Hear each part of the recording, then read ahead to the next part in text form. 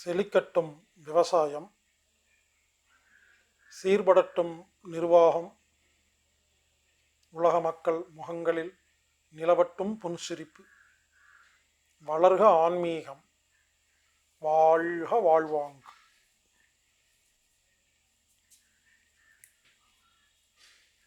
அனைவருக்கும் வணக்கம்.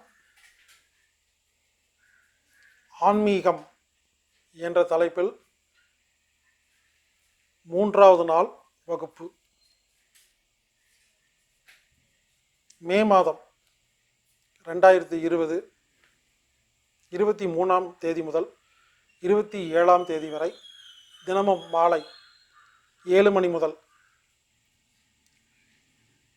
ஒரு 9 மணி வரை 5 நாள் வகுப்பு ஆன்மீகம் என்ற தலைப்பில் பேசுவதாக திட்டமிட்டு இன்று 3வது நாளாக நாம் இந்த நிகழ்ச்சியில் கலந்து கொண்டிருக்கிறோம்.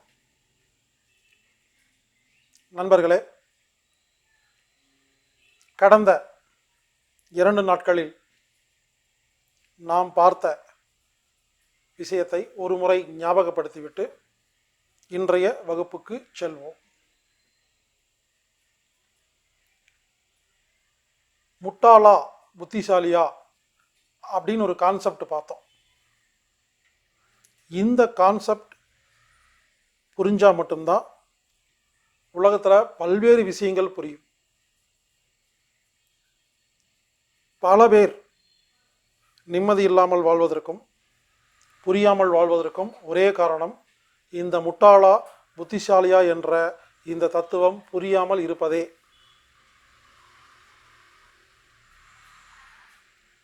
ஆன்மீகம் இதை தெரிந்து கொள்வதற்கான நோக்கம் என்னவென்றால் மகிழ்ச்சியாக, ஹாப்பியாக, புரிந்து கொண்டு அண்டர்ஸ்டாண்டிங்குடன் வாழ்வதற்காக. ஆன்மீகத்தில் 2 வகை உள்ளது, நாத்திகம், ஆத்திகம். கடவுள் இல்லை என்று சொல்பவர்கள் நாத்திகர்கள், கடவுள் இருக்கு என்று சொல்பவர்கள் ஆத்திகர்கள். இந்த கடவுள் இருக்குன்னு சொல்கிறவங்கனால தான் ஊருக்குள்ள பல பிரச்சனைகள் நடந்துட்டு இருக்கு. அவங்க தான் நிம்மதி இல்லாமல் இருக்காங்க. கடவுள் இல்லை அப்படின்னு சொல்கிறவங்க சந்தோஷமாக இருக்கிறாங்க. ஏன்னா செல்ஃப் கேர் பண்ணிக்கிறாங்க.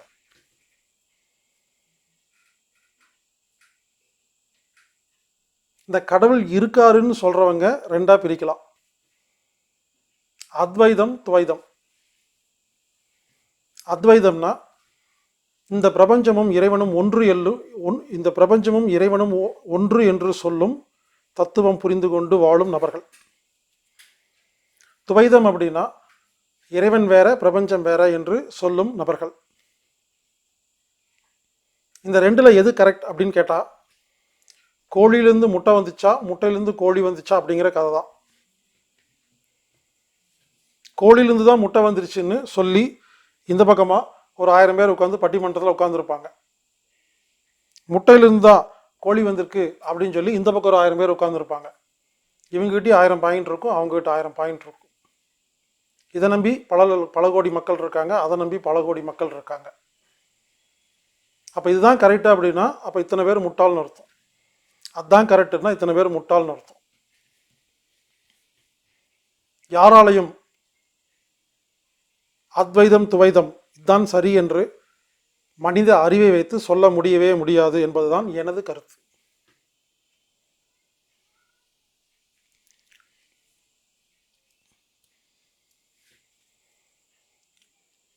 இறைவனின் பெயர் என்ன? இறைவனுக்கு பெயர் கிடையாது. அதனால எந்த பேர் வேணா கூப்பிட்டுக்கலாம். இந்த பேர் மட்டும்தான் இறைவனுக்கு சொந்தம் என்று சொன்னால் நீங்கள் சிந்திக்க வேண்டும். இறைவன் என்ன செய்கிறாரு, எங்கே இருக்காரு, எப்படி இருக்கிறாரு, இதை யாராலையும் சொல்ல முடியாது. கண்டிலர் விண்டிலர் அப்படின்னு சொல்லுவாங்க, விண்டிலர் கண்டிலர் அப்படிம்பாங்க.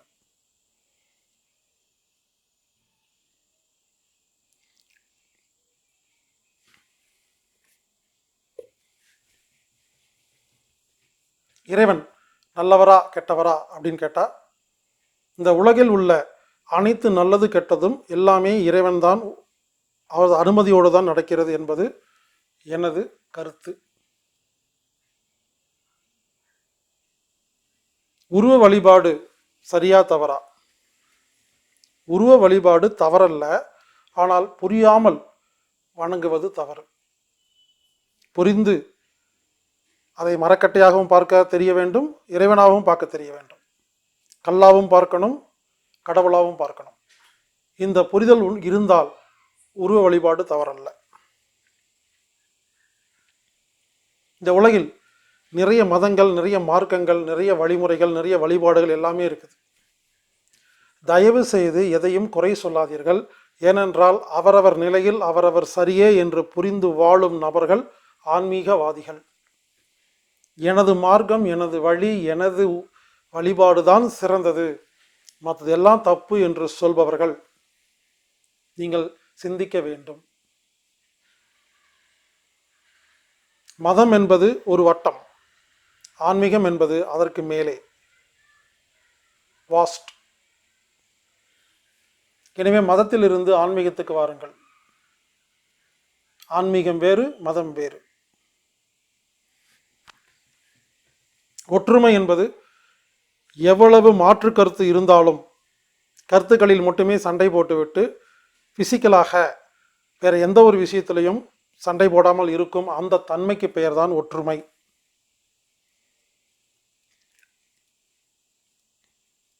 இந்த உலகில் பல பிரச்சனைகளுக்கும் சண்டைகளுக்கும் ஒரே காரணம், இது போன்ற ஒரு தத்துவம் மட்டுமே சிறந்தது என்று கூறும் நபர்களே.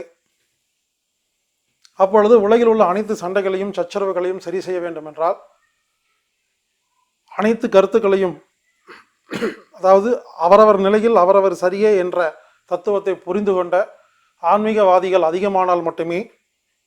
ஆன்மீகவாதினா இப்படிதான் ட்ரெஸ் பண்ணியிருக்கணும், உத்தராட்ச கொட்டை போட்டிருக்கணும், காவி போட்டிருக்கணும், தாடி வச்சிருக்கணும் அப்படிலாம் கிடையாது. புரிஞ்சவங்கெல்லாம் ஆன்மீகவாதி தான். புரியாமல் என்னதான் வேஷம் போட்டாலும் அது வேஷம்தான். புரிந்து கொண்டால் நீங்கள் ஆன்மீகவாதி. தயவு செய்து ஆன்மீகவாதியாக மாறுங்கள். உலகில் உள்ள அனைத்து கருத்துகளும் ஏற்றுக்கொள்ளுங்கள். அவரவர் நிலையில் அவரவர் சரியே.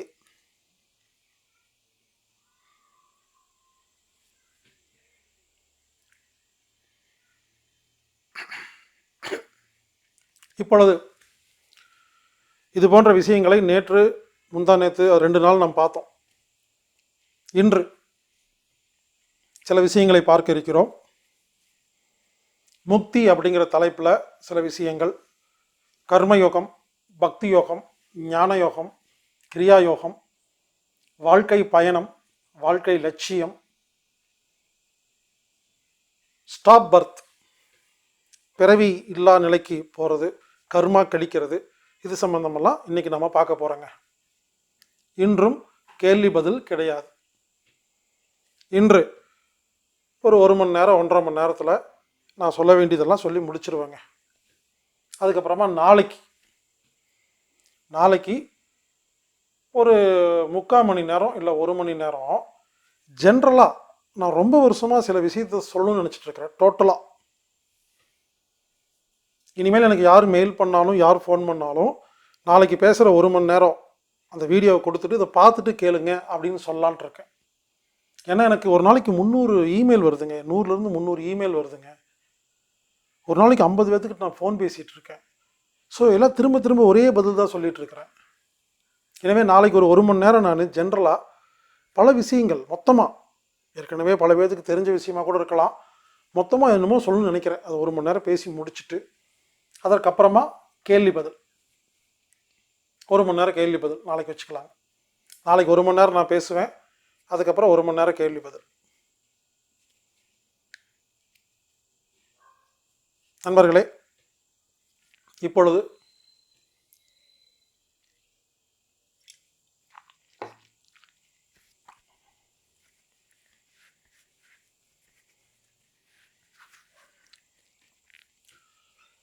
முக்தி அடைவது, என்லைட்மெண்ட் அப்படின்னா என்னன்னு பார்க்கலாங்க. ஒரு 4 நண்பர்கள், ஃப்ரெண்ட்ஸ், ஒரு காலேஜில் படிச்சுட்டு இருக்காங்க. எக்ஸாம் எல்லாம் முடித்து கடைசியாக கிளம்ப போகிறாங்க. அப்போ அந்த 4 பேர் உட்காந்து ரவுண்டு கட்டி பேசிகிட்டு இருக்காங்க. அப்போ ஒருத்தர் கேட்குறாரு இன்னொருத்தரை பார்த்து, உன் வாழ்க்கை லட்சியம் என்ன அப்படின்னு. அவர் சொல்கிறாரு, நான் வந்து முக்தி அடைகிறது தான் என்னோடய வாழ்க்கை லட்சியம் அப்படிங்கிறாரு. உடனே 4 பேரும் அடடா எங்களுக்கும் அதே தான் லட்சியம் அப்படின்னு சொல்லி உடனே அந்த 4 பேரும் முக்தி அப்படிங்கிற டாப்பிக்கை பேச ஆரம்பிச்சிட்டாங்க. உடனே ஒருத்தர், நீ எப்படி முக்தி அடைய போகிற? அவர் உடனே, நான் வந்து படித்து முடிச்சோன்னே உலகத்தில் இருக்கிற எல்லா யோகா சென்டருக்கும் போக போகிறேன், எல்லா சாமியாரையும் பார்க்க போகிறேன், எல்லா பயிற்சியும் கற்றுக்கிட்டு காட்டில் போய் அப்படியே தலைகளாக நின்று பல்வேறு பயிற்சிகளை பண்ணி தியானம் பண்ணி தவம் பண்ணி நான் இந்த மாதிரி பயிற்சியெல்லாம் பண்ணும் பொழுது எனக்கு முக்தி கிடைச்சிடும் அப்படின்னு அவர் சொல்கிறார். மற்ற 3 பேரும் அதை ஏற்றுக்க மாட்டேங்கிறாங்க. இல்லை இல்லை அப்படிலாம் பண்ணால் கிடைக்காதுன்னு சொல்கிறாங்க. இன்னொருத்தர், 2வது ஒருத்தர், நான் வந்து உலகத்தில் இருக்கிற எல்லா விஷயங்களையும் ஆராய்ச்சி பண்ண போகிறேன், எலக்ட்ரான் நியூட்ரான் புரோட்டான் பெருவெடிப்பு விண்வெளி அண்டவெளி எல்லாமே என்னென்னமெல்லாம் ஊரில் இருக்குதோ அப்பளத்துலேருந்து அணுகுண்டு வரைக்கும் எல்லாத்தையும் ஆராய்ச்சி பண்ணுவேன், நிறைய கற்றுக்குவேன் இன்ஃபர்மேஷன். இப்படி ஆராய்ச்சி நிறைய பண்ண பண்ண பண்ண பண்ண பண்ண எனக்கு நிறைய புரிஞ்சவொன்னு ஞானம் கிடச்சிரும், முக்தி அடைஞ்சிருவேன் அப்படின்னு ஒருத்தர் சொல்கிறார். மற்ற 3 பேரும் அதை ஒத்துக்க மாட்டேங்கிறாங்க. 3வது ஒருத்தர், வாங்கப்பா 24 மணி நேரமும் நான் இறைவனை வழிபட போகிறேன், கோயில் கட்ட போகிறேன், கும்பாபிஷேகம் பண்ண போகிறேன், தெருளுக்கு போகிறேன், இந்த மாதிரி ஒரு வழிபாட்டு முறையில் ஏதோ பண்ணுறேன், இதெல்லாம் பண்ணுவேன், அதை கடவுளுக்காக நான் ஏதோ பண்ணுவேன், பண்ணிட்டே இருப்பேன், கடவுள் கடவுள் கடவுள்னு பண்ணிட்டே இருக்கும்போது இறைவன் எனக்கு முக்தி கொடுத்துருவாருன்னு இவர் சொல்கிறார். மற்ற 3 பேரும் சிரிக்கிறாங்க. 4வது ஒருத்தர், இங்கே பாரு இதெல்லாம் வேஸ்ட்டு, நாமே கல்யாணம் பண்ண போகிறேன், குழந்தை பேத்துக்கு போகிறேன், பாவம் இதை செஞ்சுட்டு அதுக்கப்புறமா குடும்பத்தையெல்லாம் காப்பாற்ற போகிறேன், பார்த்துக்க போகிறேன், சாதாரண வாழ்க்கை வாழ போகிறேன், எங்கள் அம்மாவுக்கு சாப்பாடு போட போகிறேன், தம்பிக்கு வேலை வாங்கி தர போகிறேன், தங்கச்சி கல்யாணம் பண்ணி வைக்க போகிறேன், இப்படியெல்லாம் கடமை பண்ணிட்டு நான் பாட்டுக்கு சிவனேன்னு இருந்தேன்னா அவ்வளோதான், போதும், இதுதான் முக்தி, இது என்ன போய் அப்படின்னு இவர் சொல்கிறார். மற்ற 3 பேரும் ஒத்துக்க மாட்டேங்கிறாங்க. 4 பேத்துக்குள்ளே ஒரே சண்டை, கருத்து சண்டை, நான் சொல்கிறது தான் சரி, நீ சொல்கிறது தான் சரின்னு. இந்த 4 பேரும் உடனே முடிவுக்கு வராங்க, சரி ஒன்று பண்ணுவோம், இன்றைக்கி நம்மலாம் காலேஜெல்லாம் முடிஞ்சிருச்சு, நம்ம பிரிகிறோம், பிரிஞ்சுட்டு ஒரு 20 வருஷம் கழிச்சு 96 படம் மாதிரி, இந்த நண்பன் படம் மாதிரி ஒரு 20 வருஷம் கழித்து நம்ம இதே நாளில் ஒரு இயர் ஃபிக்ஸ் பண்ணி அந்த நாளில் இதே பள்ளிக்கூடத்துக்கு வருவோம், இல்லை காலேஜுக்கு வருவோம், அப்போது யார் முக்தி அடைஞ்சா பார்க்கலாம் அப்படின்னு ஒரு திட்டம் போட்டு பிரிஞ்சுட்டாங்க. 20 வருஷத்தில் 4 பேர் மீட் பண்ணவே இல்லை. 20 வருஷம் கழிச்சு அதே டேட்டில் இந்த 4 பேர் வராங்க. வந்தால் 4 பேர்த்து மூஞ்சிலையும் ஒரே வாட்டமாக இருக்குது, ஒன்றும் பொழிவு இல்லை. ஏன்னா 4 பேருக்குமே முக்தி கிடைக்கல, டல்லாக மூஞ்சி வச்சுட்டு உட்காந்துருக்காங்க.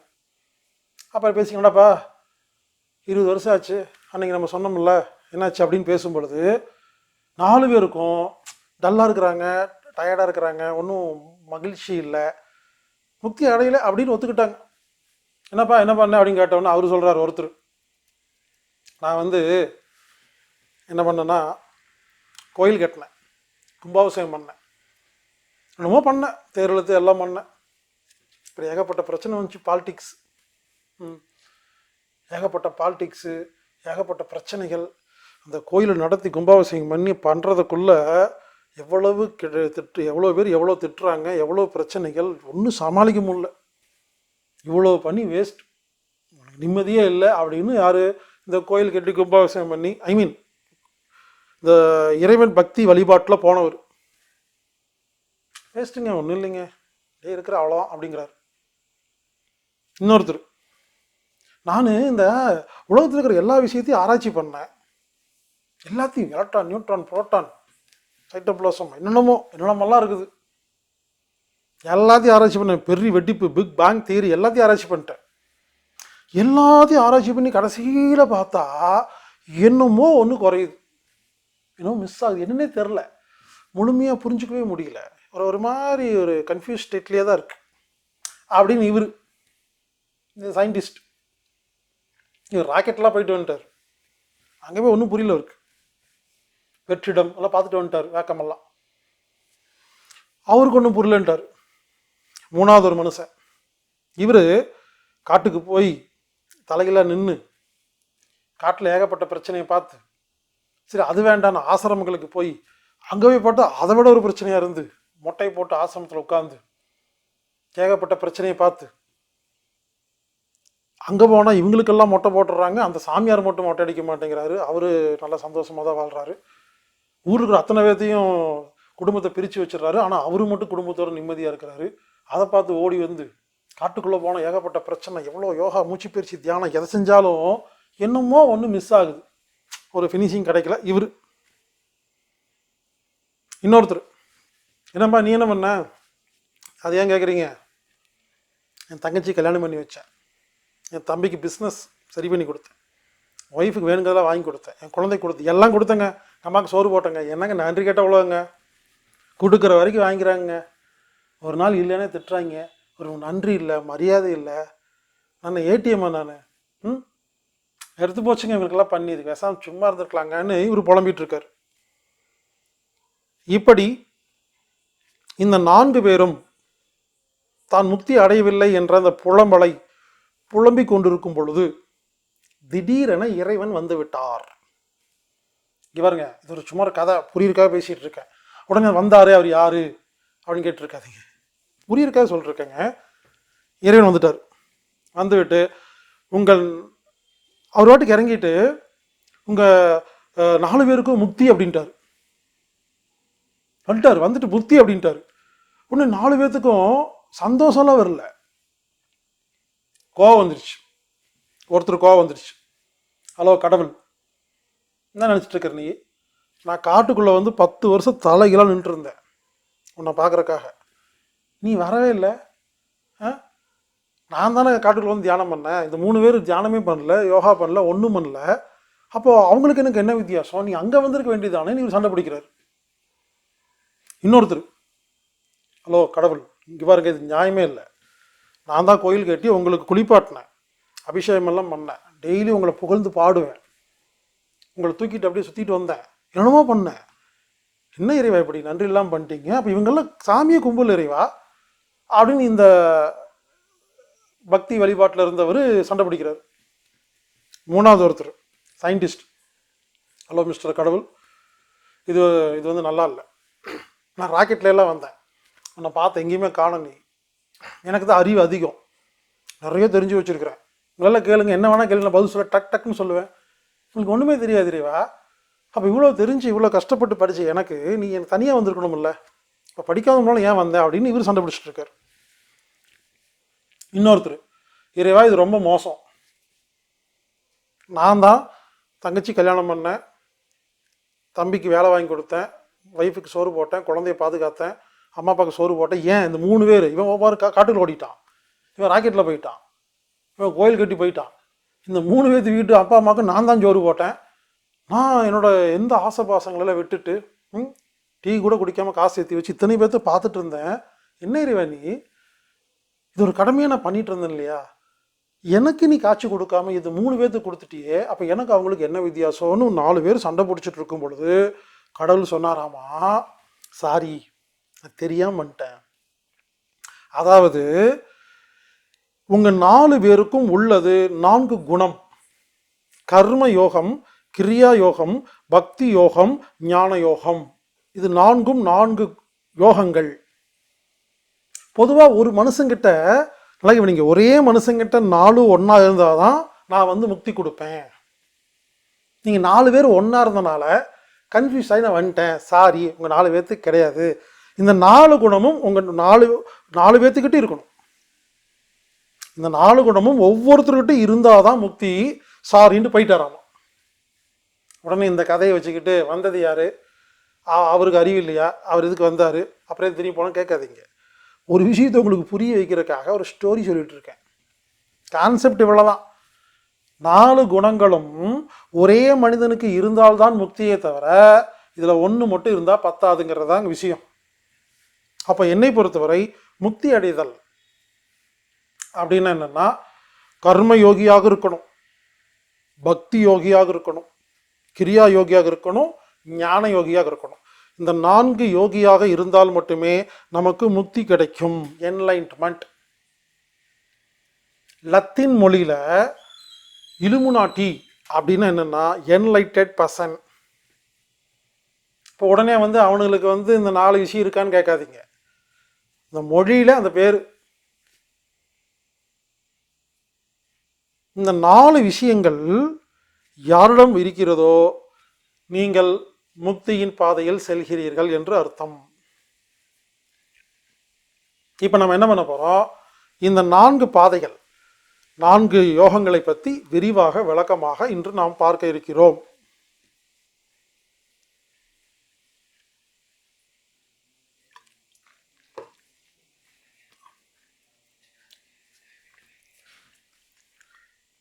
முதல்ல பக்தி யோகம் அப்படின்னா என்னன்னு பார்க்கலாம்.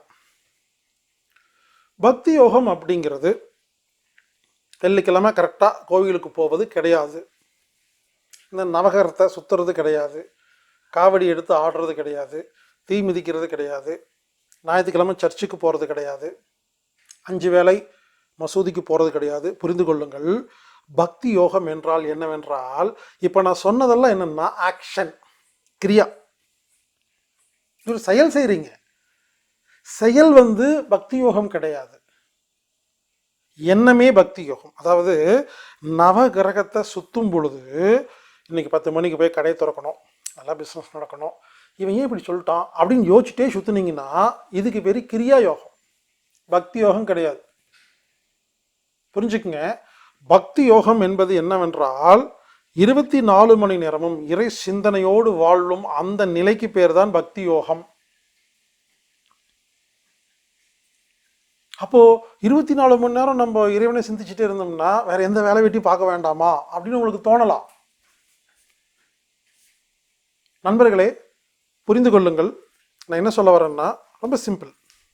அதாவது 24 மணி நேரம் நாம் இறைவனை சிந்தித்து கொண்டும் வாழ முடியும்.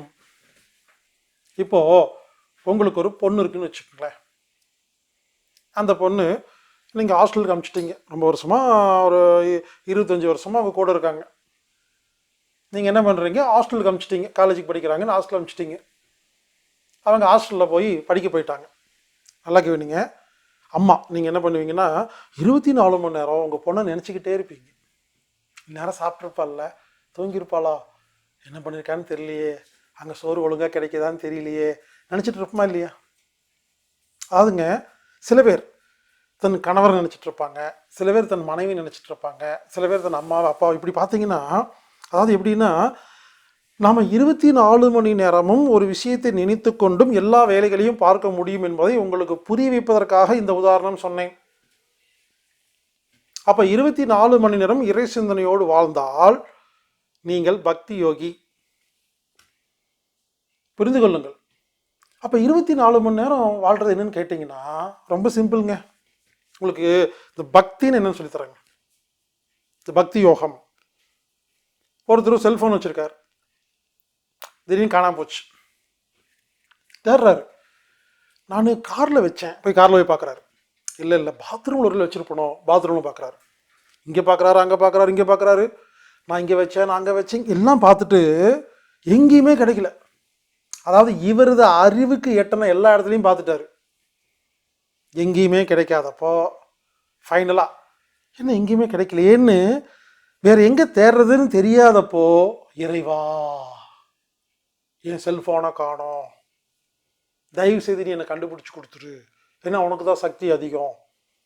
பாருங்க, நம்ம எப்போ இறைவனை வணங்குறோம்னா, எப்போ இறைவன் வணங்குறத விடுங்க, இறைவன் எப்போ ஞாபகம் வர்றாருன்னா நான் அப்படிங்கிற அகங்காரம் அடங்கும் பொழுது தான். நான் இங்கே வச்சேன், நான் அங்கே வச்சேன், நான் இங்கே வச்சேன், நான் இங்கே தானே வச்சேன் அப்படின்னு நமது அறிவு கெட்டின வரைக்கும் யோசிச்சு தேடிட்டு கிடைக்கல, நம்மளால முடியல, நம்ம கெப்பாசிட்டியை மீறும் பொழுது அப்பொழுதுதான் இறைவனை கூப்பிடுகிறோம். ஆமாங்க, இறைவா இறைவா. அதுக்கப்புறம் பார்த்தீங்கன்னா 24 ஹவர்ஸ் இறை சிந்தனையோடு தான் வாழ்வோம். அந்த செல்ஃபோன் கிடைக்கிற வரைக்கும் இறைவா இறைவா ப்ளீஸ் இறைவா 40,000 இறைவா, முக்கியமான டேட்டாவெல்லாம் இருக்கு இறைவா, அந்த செல்ஃபோன் யார்ட்டையும் மாட்டிடக்கூடாது இறைவா, மாட்டின மானம் போயிரு இறைவா, யாராவது ஏதோ பார்த்துட்டாங்கன்னா அப்படின்னு சொல்லி அப்படியே இறைவா இறைவா இறைவா இறைவா இறைவா இறைவன் இருப்போம். அப்படியே சொல்லிட்டே இருக்கும்போது திடீர்னு பார்த்தா செல்ஃபோன் கண்ணில் மாட்டிடும். செல்ஃபோனை கண்ணில் பார்த்தா அடுத்த நிமிஷம் பாருங்க இறைவனை மறந்துடுவோம். ஓடிப்பு ஏன் செல்ஃபோனு, அப்பா உடையில யாரும் எடுக்கலை, ஓகே இதோட அந்த செல்ஃபோனு காணாமல் போச்சா, இப்போ தான் கிடச்சிது, நம்ம பாட்டுக்கு பேசிட்டு போயிட்டே இருப்போம். இறைவன் மேலேருந்து பார்த்துட்டு டேய் நான் தானே கண்டுபிடிச்சி கொடுத்தேன், இவ்வளோ நேரம் இறைவா இறைவான்னு சொன்னியே, கொஞ்சம் கூட மட்டு மறிவாது இல்லாமல் நீ வாட்டு கிடச்சோன்னா போறியே அப்படின்னு அவர் இரு இரு போகிற இல்லை, அடுத்த முறை ஏதாவது ஒரு பிரச்சனை வரும் அப்போ நினைப்பேன் அப்போ வரேன் அப்படின்னு சொல்லுவாருங்க. அப்படி சொல்ல மாட்டாருங்க. உங்களுக்கு புரியிருக்காக சொல்கிறேன். எப்பொழுது பிரச்சனை வருகிறதோ, எப்பொழுது துயரம் வருகிறதோ அப்போ தான் கோயிலுக்கு போவோம். நல்லா இருக்கும்போது போக மாட்டோம். அதுக்கு பேர் பக்தி கிடையாதுங்க. புரிந்து கொள்ளுங்கள். தேவைப்படும் பொழுது யாரெல்லாம் இறை சிந்தனையோடு வாழ்கிறீர்களோ, தேவைப்படும் பொழுது நமக்கு ஒரு காரியம் ஆகும் பொழுது கோயிலுக்கு போகிறீங்களோ, காரியம் ஆகும் பொழுது வழிபடுறீங்களோ, காரியம் ஆகும் தேவைப்படும் பொழுது இறைவனை சிந்திக்கிறீர்களோ, இதற்கு பேர் பக்தி அல்ல, பிழைப்பு. தேவைக்காக இறை சிந்தனைன்னு என்னென்னா எப்பவும் இங்கே எல்லா நேரங்க காரில் உட்காரும்போது இறைவா இன்றைக்கி எனக்கு காரை கொடுத்துருக்கேன் நன்றி, இறங்கும்போது நல்லபடியாக நான் சேர்த்திட்டேன் நன்றி, எனக்கு சாப்பாடு கொடுத்தேன் நன்றி, சாப்பிட்டு முடிச்சாச்சு நல்லா, எது செஞ்சாலும் நான் இல்லை எல்லாம் எல்லாம் அவன் தான் அப்படின்னு டோட்டல் சரண்டர். அந்த நிலைக்கு பேர் தான் பக்தி யோகம். ஆமாங்க. எது நடந்தாலும், நல்ல விஷயம் எவ்வளோ செஞ்சாலும், எவ்வளோ பெரிய பாராட்டு வந்தாலும், எல்லா இறைவா உனக்குத்தான் சொந்தம், எல்லா புகழும் இறைவனுக்கு, இந்த மனோபாவத்தோடு வாழ்ந்தால் பக்தி யோகி. நஷ்டம் வந்தாலும் சரி, இது வந்தாலும் சரிங்க, நல்லது கெட்டது எது நடந்தாலும் இறைவா எல்லாமே ஒன்று அப்படின்னு அந்த சிந்தனையோடு வாழணுங்க. இப்போ ஒரு செல்ஃபோன் புதுசாக வாங்க போகிறோம், ஒரு கார் வாங்க போகிறீங்க, புதுசாக சொந்தமாக ஒரு கார் வாங்குறீங்க, வாங்கிட்டு 4 பேத்துக்கு ஃபோன் பண்ணுறது, நான் கார் வாங்கிட்டோம்ல, வீடு கட்ட வேண்டியது இல்லை வீடு வாங்க வேண்டியது, வீடு வாங்கிட்டோம்ல, ப்ரொமோஷன் கிடச்சிருச்சல்ல அப்படின்னு நான் வீடு வாங்கினேன், நான் சம்பாதிச்சேன், நான் பேசிகிட்டு இருப்போம். இந்த செல்ஃபோன் காணாமல் போனால் மட்டும் இறைவா கண்டுபிடிச்சி கொடு.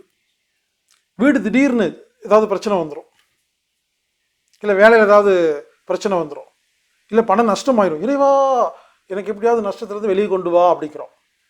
லாபம் சம்பாதிக்கும் பொழுது இறைவா இன்னைக்கு எனக்கு இவ்வளோ லாபம் கிடைச்சிருக்கு நன்றின்னு சொல்லி இருந்தா, நஷ்டமாகும் பொழுது இறைவனை கூப்பிடுவதற்கு ஒரு என்னன்னா ஒரு தகுதி இருக்கும்.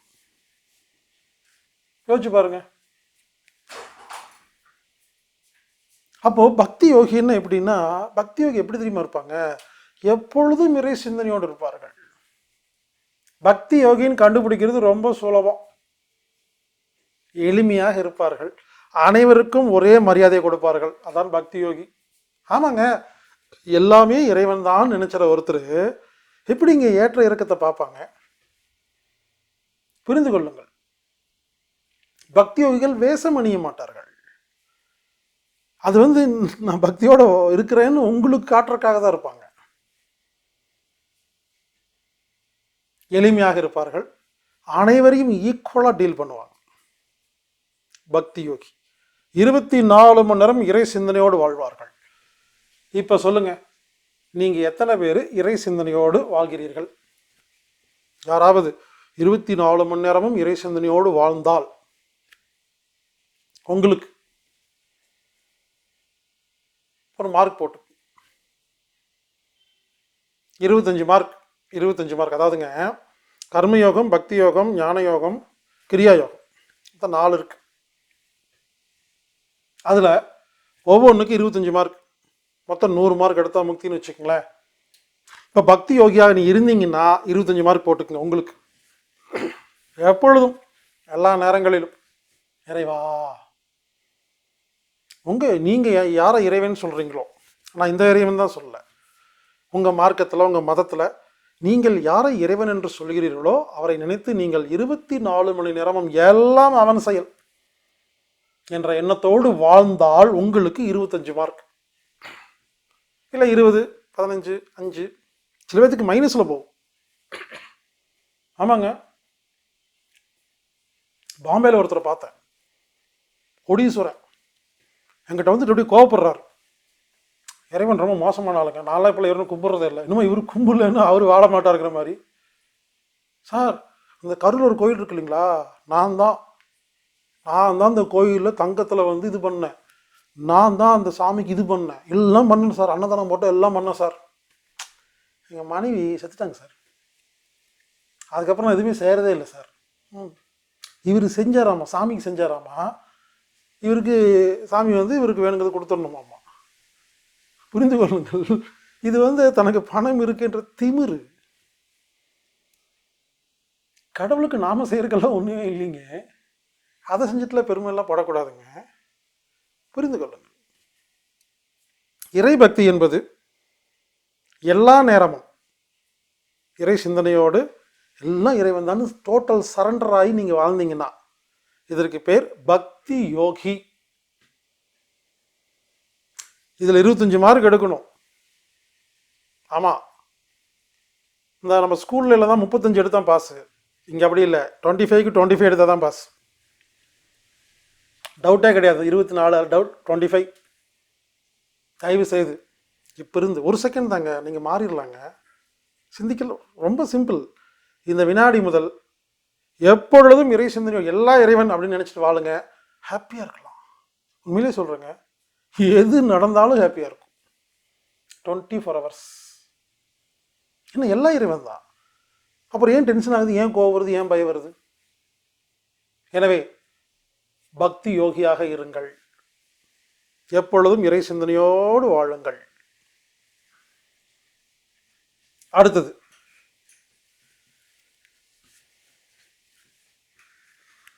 கர்ம யோகி. கர்ம யோகி அப்படின்னா என்னன்னு கேட்டிங்கன்னா, நல்லா நீங்க கர்ம தியரி வேற, கர்ம யோகி வேற. நான் கர்மா தியரின்னு பேசியிருப்பேன் நேத்து, அது வேற. இது கர்ம யோகி. கர்ம யோகின்னு என்னன்னா, கணக்கு பார்க்காமல் வேலை செய்யும் ஒரு யோகிக்கு பெயர் கர்ம யோகி. ஆமாங்க, ஏங்க இந்த உலகத்தில் கணக்கு பார்க்கறதுக்கு ஒன்றுமே இல்லைங்க.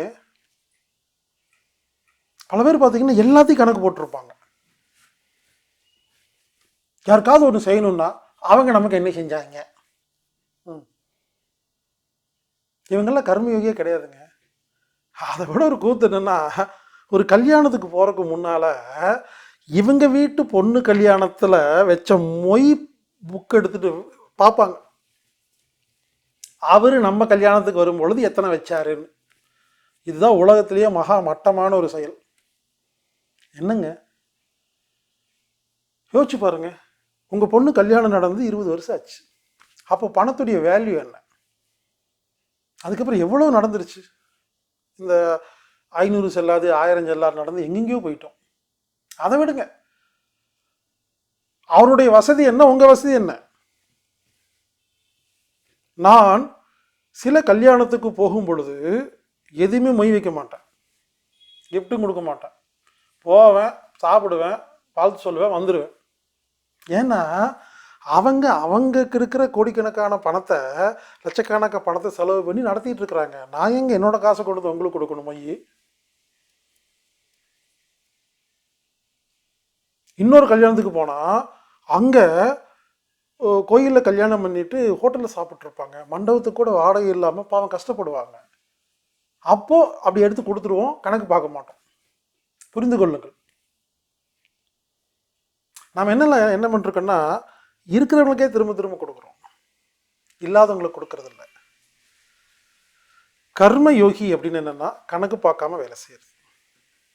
நல்லா கேவீங்க, கணக்கு பார்க்காம வேலை செய்யறதுன்னா எப்படின்னா, இப்போ நீங்கள் ஒரு கம்பெனியில் ஒர்க் பண்ணுறீங்கன்னா முதலாளிக்காக வேலை செய்வீங்க, இல்லை ஏதோ ஒரு செயல் செய்யும் பொழுது ஒரு எதிர்பார்ப்போட வேலை செய்வோம்.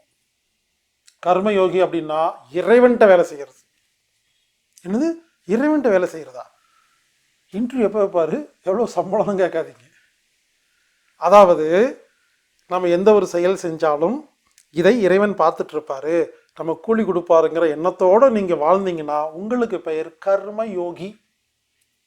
புரியுற மாதிரி சொல்கிறேங்க. இப்போது ஒரு கம்பெனியில் ஒரு 1000 பேர் வேலை செய்கிறாங்க. அதுக்கு ஒரு முதலாளி இருப்பார்.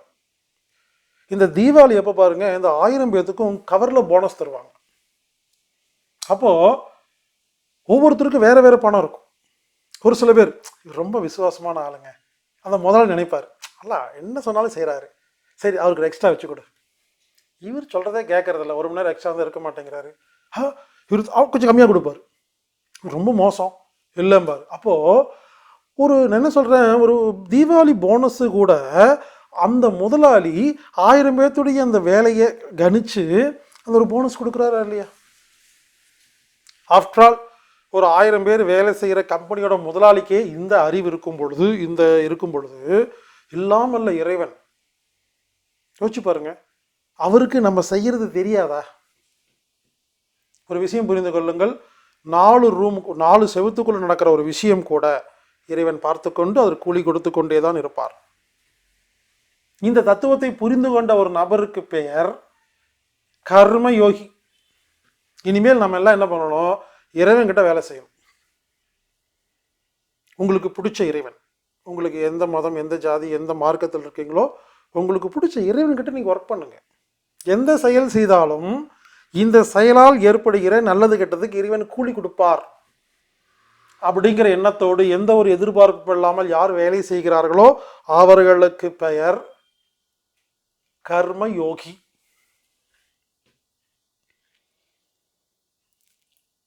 முதல்ல ஒருத்தர் சொன்ன இல்லைங்களா, பக்தி யோகி, அவர் தான் இந்த கோயிலில் கும்பாபிஷேகம் பண்ணி கோயிலில் தேர்லாம் இழுத்தவர். இப்போ 2வது ஒருத்தரை பற்றி பேசிகிட்டு இருக்கு இல்லைங்களா, கர்மயோகி, அவர் தான் இந்த தங்கச்சி கல்யாணத்தை பண்ணி வச்சுட்டு குடும்பத்தெல்லாம் பார்த்துட்டு இருந்தவர்.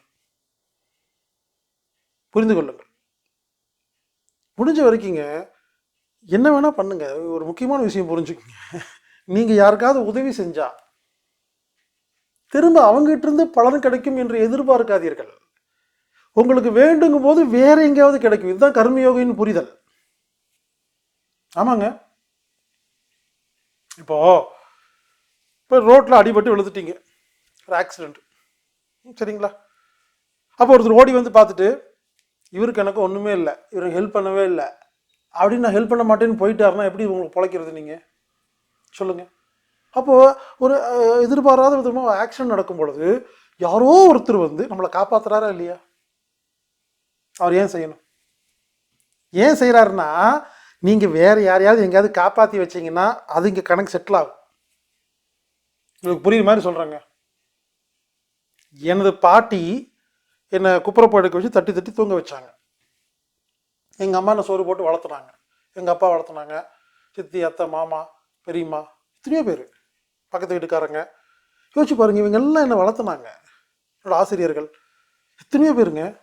ஆனால் அவங்களுக்கு நான் திருப்பி பண்ண முடியாதுங்க. புரிந்து கொள்ளுங்கள். நான் வேற யாருக்காவது செய்யணும், இதாங்க கணக்கு. நான் என் பொண்ணுக்கோ என் பையனுக்கோ செய்யணும், இல்லை பக்கத்து வீட்டுக்காரங்களும் செய்யணுங்க, இதாங்க கணக்கு. யோசிச்சு பாருங்க. இப்போ எங்கள் பாட்டி இருக்காங்க, எனக்கு எத்தனையோ நாள் சாப்பாடு போட்டிருப்பாங்க, ஆனால் நான் கொஞ்சம் பெருசாக இருக்குள்ள அவங்க போயிட்டாங்க. நான் எப்படி அவங்களுக்கு திரும்ப அந்த உதவியை திரும்ப செய்கிறது? நீங்களே சொல்லுங்கள், எப்படி செய்கிறது? சிந்தியுங்கள். உங்களுக்கு யாரெல்லாம் உதவி செஞ்சாங்கன்னு ஒரு பேப்பரில் எழுதுங்க. ஒரு 50 ஷீட் பத்தாது, அவ்வளோ பேர் உதவி செஞ்சுருக்காங்க. இப்போ நம்ம உட்காந்துருக்கிறோம்னா சின்ன வயசுலேருந்து எத்தனை பேர் எவ்வளோ உதவி செஞ்சுருக்காங்க நம்ம இப்படி ஆளாகிறதுக்கு. அத்தனை பேர்த்தையும் தேடி போய் நம்ம கரெக்டாக திருப்பி கொடுக்க முடியாதுங்க. ஆனால் யாராவது கெட்ட காரியம் பண்ணால் மட்டும் கரெக்டாக ஞாபகம் வச்சு திருப்பி கொடுத்துருவோம். இது அநியாயம். இந்த பழி வாங்குற பற்றி, அவன் என்ன ஏமாத்திட்டான், நான் அவனை அப்படியே ஏமாத்தணும், இவன் அடிச்சுட்டான் திருப்பி அதே மாதிரி அடிக்கணும் நினைக்கிறோமா இல்லையா? அப்போ அடித்தவனை திருப்பி அடிக்கணும்னு நினைக்கிறனாம நம்ம உதவி செஞ்சவங்களுக்கு திரும்ப செய்யணும்னு மட்டும் ஏன் அங்கே அந்த ஒரு வைராக்கி வர மாட்டேங்குது? புரிந்து கொள்ளுங்கள். நீங்கள் அடித்தவரை அடிக்கவும் முடியாது. இந்த கான்செப்டை புரிஞ்சுக்கோங்க. யார் உங்களை அடித்தாங்களோ நீங்கள் திருப்பி சில நேரத்தில் அடிக்க முடியாது. வாழ்க்கை ஃபுல்லாக யார் உதவி செஞ்சாங்களோ திருப்பி செய்ய முடியாது. இதான் கான்செப்ட். அதாவது நாம் முடிஞ்ச வரைக்கும் யார் எவர்னு பார்க்காம நம்மளால் ஆன உதவிகளை செஞ்சுக்கிட்டு போயிட்டே இருந்தோம்னா கர்மயோகத்தில் நம்ம கணக்கு ஏறும். அதாவதுங்க, நாம் செய்கிற ஒவ்வொரு செயலுக்கும் மார்க் போடப்படும். ஒரு நல்ல காரியம் செய்கிறீங்க +100, ஒரு கெட்ட காரியம் செய்கிறீங்க -200ன்னு மார்க் போட்டே இருக்கும் இந்த சிஸ்டம். இப்படி நீங்கள் மார்க் போட்டு போட்டு போட்டு கடைசியாக கூட்டி கழிச்சு பார்த்தா ப்ளஸ்ஸில் இருந்தா நீங்கள் நல்லா இருப்பீங்க, மைனஸில் இருந்தால் நல்லா இருக்க மாட்டீங்க. ஒரு படத்தில் ராதாரவி சொல்லுவார், கூட்டி கழிச்சு போகிற எல்லாம் கணக்கு சரியாக இருக்கும் அப்படிம்பாரு. எவ்வளோ பெரிய தத்துவம் தெரியுங்களா? ஆமாங்க. சில பேர் பார்த்தீங்கன்னா எனக்கு மெயில் பண்ணுவாங்க, ஃபோன் பண்ணுவாங்க. சார், இங்கே பக்கத்து வீட்டில் ஒருத்தர் சார் டெய்லி தண்ணி அடிக்கிறாரு, 4 பேக்கெட் சிகரெட் அடிக்கிறாரு, கெட்ட வார்த்தையாக பேசுகிறாரு, நல்லவரே கிடையாது சார். ஆனால் அவர் 80 வயசு வரைக்கும் வாழ்ந்தார் சார். எங்கள் அப்பா சார் ஒரு கெட்ட பழக்கம் கிடையாது சார், நல்லவர் சார், யாரையும் திட்டினதில்லை சார். ஆனால் 45 வயசு செத்துட்டார் சார். ஏன் சார் அநியாயமாக இருக்குது அப்படின்னு கேட்குறாங்க. புரிந்து கொள்ளுங்கள். இப்போ நான் சொல்கிறேன், இந்த தத்துவம் புரிஞ்சிட்டுனா இந்த கர்மயோகம் புரிஞ்சிடும். நாம் செய்யும் ஒவ்வொரு செயலுக்கும் ஒரு மார்க் இருக்கு. ஒருத்தர் தண்ணி அடிக்கிறாருன்னா, சாராயம் குடிக்கிறாருன்னா -5000 வச்சுக்கோங்களேன், போட்டுருங்க. அவர் என்ன பண்ணுறாரு, நைட்டு படுத்து தூங்கும் பொழுது நிம்மதியாக தூங்கிடுறாரு. அப்போ நிம்மதியாக தூங்குறதுனால அவருக்கு +3000 கிடச்சிருச்சு. இன்னொருத்தர் இளநீ மட்டும்தான் குடிப்பார், சிறுதானியம் தான் சாப்பிடுவார், இவருக்கு +3000. ஆனால் நைட்டு ஃபுல்லாக நிம்மதி இல்லாமல் இப்படி ஆகிப்போச்சு, புலம்பிகிட்டே இருக்கிறாரு, தூக்கமே இல்லை, -10,000. புரிந்து கொள்ளுங்கள். அதுக்காக தண்ணி அடிச்சுட்டு தூங்குன்னு நான் சொல்லி நினச்சிக்காதீங்க. நான் என்ன சொல்ல வரேன்னா, ஒரு கணக்குங்க, வெளியே இருக்கிற 4 விஷயத்தை மட்டும் பார்த்துட்டு யாரையும் கணக்கு பண்ணாதீங்க. 24 மணி நேரத்தில் நாம் செய்யும் ஒவ்வொரு செயலும், ஒவ்வொரு எண்ணமும், ஒவ்வொரு உணர்வும் நமக்கு ஒரு மார்க் பெற்றிருக்கு. அந்த மொத்த மார்க்கையும் கூட்டி கழிச்சு பார்க்கும் பொழுது ப்ளஸ்ஸில் இருந்தால் ஆரோக்கியம், ப்ளஸ்ஸில் இருந்தால் மகிழ்ச்சி, ப்ளஸ்ஸில் இருந்தால் கர்மயோகி. ஸோ தயவுசெய்து புரிந்து கொள்ளுங்கள். கர்மயோகம் என்பது என்னவென்றால் கணக்கு பார்க்காமல் வேலை செய்வது. ஆமாங்க, செஞ்சு பாருங்க, அதோட அருமை தெரியும். பல பேருக்கு தெரியல, அப்படியே கணக்கு போட்டுகிட்டே இருக்கீங்க. நான் கேட்குறேன், நீங்கள் மட்டும் கணக்கு போட்டு எல்லாத்தையும் ஹெல்ப் பண்ணுறீங்களே, உங்களுக்கு தேவைப்படும் போது மட்டும் எதிர்பார்க்குறீங்களே, என்னங்க நியாயம்? நிறைய பேர் ஃபோன் பண்ணுவாங்க, சார் எங்கள் வீட்டில் தங்கச்சிக்கு மண்ணால் சரியில்லை சார், எங்கேயாவது ஒரு ஆசிரமம் இருந்தால் சொல்லுங்கள், விட்டுட்டு வந்துடுறேன். நான் திரும்ப கேட்பேன், நீங்கள் தான் சர்வீஸ் பண்ணியிருக்கீங்களான்னு. அதெல்லாம் ஒன்றும் இல்லை சார், கம்பெனிக்கு வேலைக்கு போகிறேன், சம்பாதிக்கிறேன், சாப்பிட்றேன், சொத்து சேர்த்துறேன். ஆமாம், நீங்கள்லாம் சொத்து சேர்த்து உட்காந்துருப்பீங்க, நாங்கள்லாம் உட்காந்து சர்வீஸ் பண்ணிருக்கணும். எங்கள் அப்பா அம்மா அதுவும் நேர்ந்து விட்ருக்குறாங்க. என்னங்க அநியாயமாக இருக்குது? ஆளாளுக்கு மெயிலு, ஃபோனு, சார் சிட்டிக்குருவி அழியுது சார், நீங்கள் போய் நீங்கள் போய் காப்பாற்றுங்கள் சார், இந்த பிளாஸ்டிக் பேப்பர்லாம் ரோட்டில் போடுறாங்க சார், நீங்கள் போய் பொறுக்குங்கள் சார், அங்கே இப்படி அநியாயம் நடக்குது சார், நீங்கள் போய் பாருங்கள். நான் கேட்குறேன், என்ன மட்டும் எங்கள் அப்பா இந்த மாதிரி நேர்ந்து விட்ருக்காங்களா இதெல்லாம் சர்வீஸ் பண்ணுறதுக்கு? நீங்கள்லாம் சம்பாரித்து சொத்து சேர்த்து வச்சுக்கிட்டு உங்கள் குடும்பத்துக்காக, உங்களுடைய சொத்துக்காக நீங்கள் வாழ்ந்துட்டு இருப்பீங்களா? என்னங்க அநியாயமாக இருக்குது? புரிந்து கொள்ளுங்கள். அதாவது நம்ம ஒரு சர்வீஸ் பண்ணியிருந்தால் தான் நமக்கு ஒரு சர்வீஸ் கிடைக்கும். நம்ம கணக்கு பார்த்து எல்லா வேலையும் பண்ணிவிட்டு வேணுங்கும் போது மட்டும் எனக்கு யாருமே பண்ணலைன்னா எப்படி பண்ணுவாங்க? ஒன்றும் கிடைக்காது. இதான் கர்மயோகம். கர்மயோகம் செஞ்சு பாருங்கள், செமையாக இருக்கும். ஆமாங்க, எதுவுமே இருக்காது, ஆனால் எல்லாமே இருக்கும். அது ஒரு தத்துவம். எனவே இந்த வினாடி முதல் தயவுசெய்து புரிந்து கொள்ளுங்கள், நீங்கள் செய்யும் ஒவ்வொரு செயலுக்கும் இறைவன் உங்களுக்கு மார்க் போடுறாரு, கூலி கொடுக்க போறாரு நினைச்சிட்டு வாழ்ந்து பாருங்களேன். எல்லாமே அன்பு மயமாக மாறிடுங்க, கணக்கே பார்க்க மாட்டீங்க. இப்படி இறைவனிடம் மட்டுமே கணக்கு பார்த்து வேறு யாரும் கணக்கு பார்க்காமல் நீங்கள் இறைவனிடம் வேலை செய்வதை நினைத்து கொண்டு இந்த வினாடி முதல் நீங்கள் வாழ்ந்தால் உங்கள் கேரக்டரை மாறிடுங்க. எந்த ஒரு எதிர்பார்ப்பும் இல்லாமல் கணக்கு பார்க்காமல் வேலை செய்வது செஞ்சு பாருங்க, உங்களுக்கு கர்மயோகி என்று பெயர். இப்போ மார்க் போட்டுக்குங்க. சில பேர்த்துக்கு 25, சில பேர்த்துக்கு 20, 15, 5, 10, சில பேர்த்துக்கு -50,555. ஒருத்தருக்கு ஒன்றும் கொடுக்கறதில்ல, எல்லாம் கணக்கு தான். என்னை பார்த்து பல பேர் கேள்வி கேட்பீங்க. நீங்கள் என்னை பார்த்து ஒரு கேள்வி கேட்டாவே உங்களை பற்றி நான் ஜட்ஜ் பண்ணிடுவேன். இதெல்லாம் பண்ணுறீங்களோ உங்களுக்கு என்ன கிடைக்குது? அப்போ நீங்கள் கிடைச்சாதான் பண்ணுவீங்கன்னு அர்த்தம். அந்த கேள்வியே வராது. புரிந்து கொள்ளுங்கள். நாம் ஒரு கேள்வி கேட்டாலே என்ன அர்த்தம்னா நீங்கள் அந்த கான்செப்டில் இருக்கீங்கன்னு அர்த்தம். ஆமாங்க. இன்னைக்கு ஒருத்தர் கேட்டார் என்கிட்ட. இன்னைக்கு ஒருத்தர் கேட்குறாரு, என் கூடவே இருக்கிற ஒருத்தருடைய ஜாதி என்னன்னு கேட்டார். எனக்கு தெரில அப்படின்னு. ஏன் அப்படின்னு கேட்டார். நீங்கள் சொன்னதுக்கப்புறம் தாங்க யோசிக்கிறேன். அப்படி ஒன்று இருக்க தெரியலிங்க, நான் கேட்கலிங்க. கேட்காம இத்தனை நாள் கூட இருந்தீங்க? ஆமாங்க அப்படின்னு. அப்போ என்ன அர்த்தம்னா இவர் பாருன்னு அர்த்தம், அவ்வளோதாங்க. சிம்பிள். எப்பொழுது நீங்கள் மற்றவரை பார்த்து இதெல்லாம் எப்படிங்க செய்ய முடியுதுன்னு கேட்குறீங்களோ, நீங்கள் காசு இருந்தால், அதாவது ஒரு விஷயம் உங்களுக்கு ஒரு பெனிஃபிட் இருந்தால் மட்டும்தான் ஒரு காரியம் பண்ணுவீங்கன்னு அர்த்தம். கேள்வியிலேயே புரிந்து கொள்ளலாம் மனநிலைகளை. கர்மயோகம் என்பது எந்த ஒரு எதிர்பார்ப்பும் இல்லாமல் நாம் செய்யும் ஒவ்வொரு காரியத்துக்கும் இறைவன் கூலி கொடுப்பார் என்ற எண்ணத்தோடு இந்த உலகில் வாழும் ஒரு நபருக்கு பெயர் கர்ம யோகி. உங்களுக்கு நீங்களே மார்க் போட்டு. அடுத்தது ஞான யோகி. ஞான யோகின்னா இந்த தண்ணியில் நடக்கிறது, காற்றுல பறக்கிறது, வாயிலிருந்து லிங்கம் எடுக்கிறது, அதெல்லாம் ஒன்றும் கிடையாது. இதுக்கெல்லாம் எக்ஸ்ட்ரா கரிக்குலர் ஆக்டிவிட்டின்னு பேர். தேவையில்லாத வெத்து பந்தான்னு அர்த்தம். அதெல்லாம் தேவையே இல்லை. ஞான யோகின்னா என்னென்னா ரொம்ப சிம்பிளுங்க.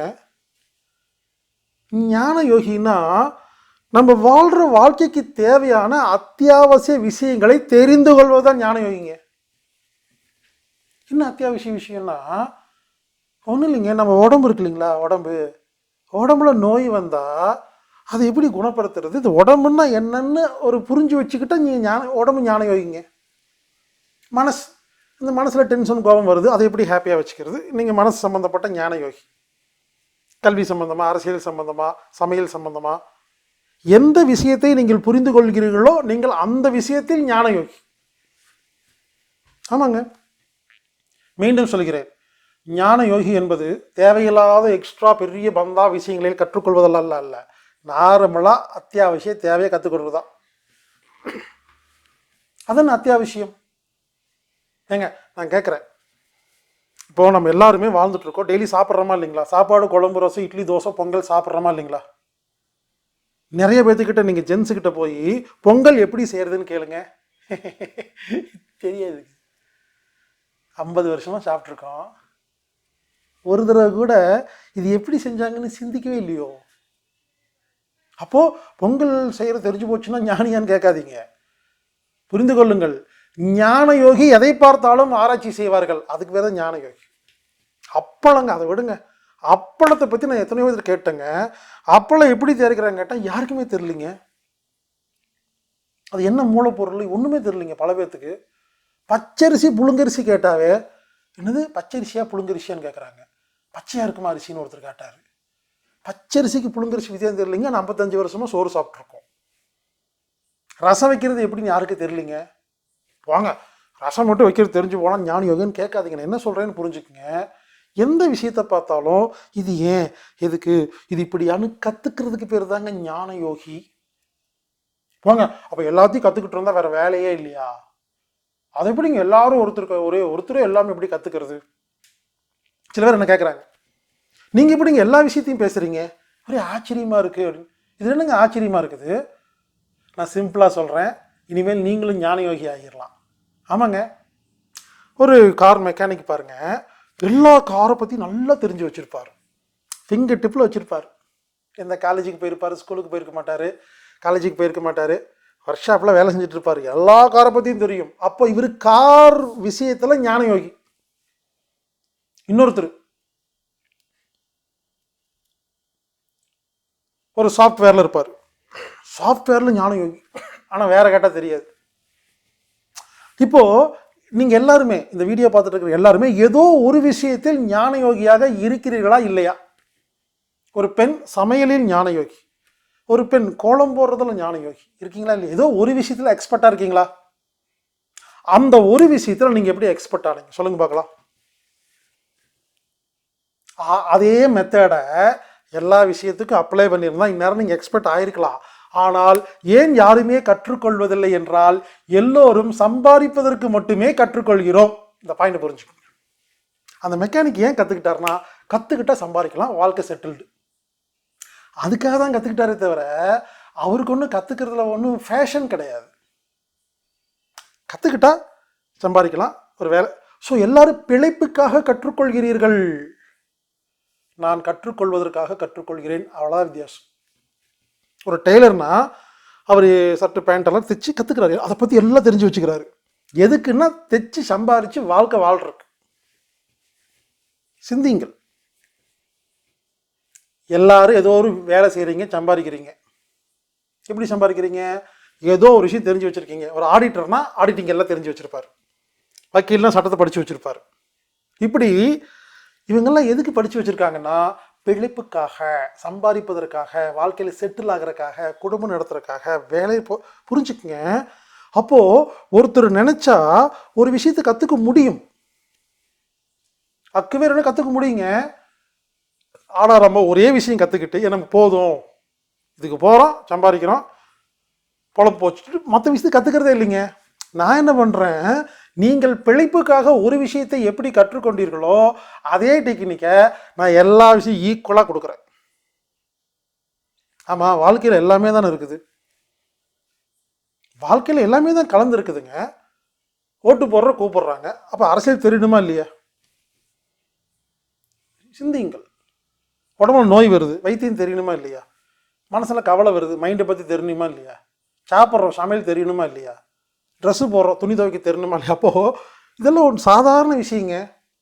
ஞான யோகி என்ன பண்ணுவாங்கன்னா, துணி துவைக்கிறத பார்க்கும் பொழுது இவங்க எப்படி நம்ம தோணும், நம்மளும் துவைக்கணும், ஒரு தடவை துவைச்சு அந்த அனுபவத்தை பார்த்து இப்படி தான் கற்றுக்கிட்டு வந்துடுவாங்க. அதுக்காக டெய்லி செய்யலாம் மாட்டாங்க, கற்று வச்சுக்குவாங்க. ஞான யோகி சமையல் பண்ணும்போது கூட இருந்து பார்ப்பாங்க, ரசம் பார்த்துக்குவாங்க, எல்லாம் பார்ப்பாங்க, செய்வாங்க, எல்லாம் பண்ணுவாங்க. ரெகுலராக செய்யணும்னு அவசியம் இல்லை, தெரிந்து வைத்துக் கொள்வார்கள், ஆனால் ரெகுலராக செய்ய வேண்டும் என்ற அவசியம் இல்லை. இதான் ஞான யோகி. எதை பார்த்தாலும், எந்த ஒரு ஃபேனை பார்த்தா இது சுமார் என்ன ரேட் இருக்கும், இது ஏன் இப்படி சுற்றுது யோசிப்பாங்கங்க. எதை பார்த்தாலும் புரிந்து கொள்ளுங்கள்.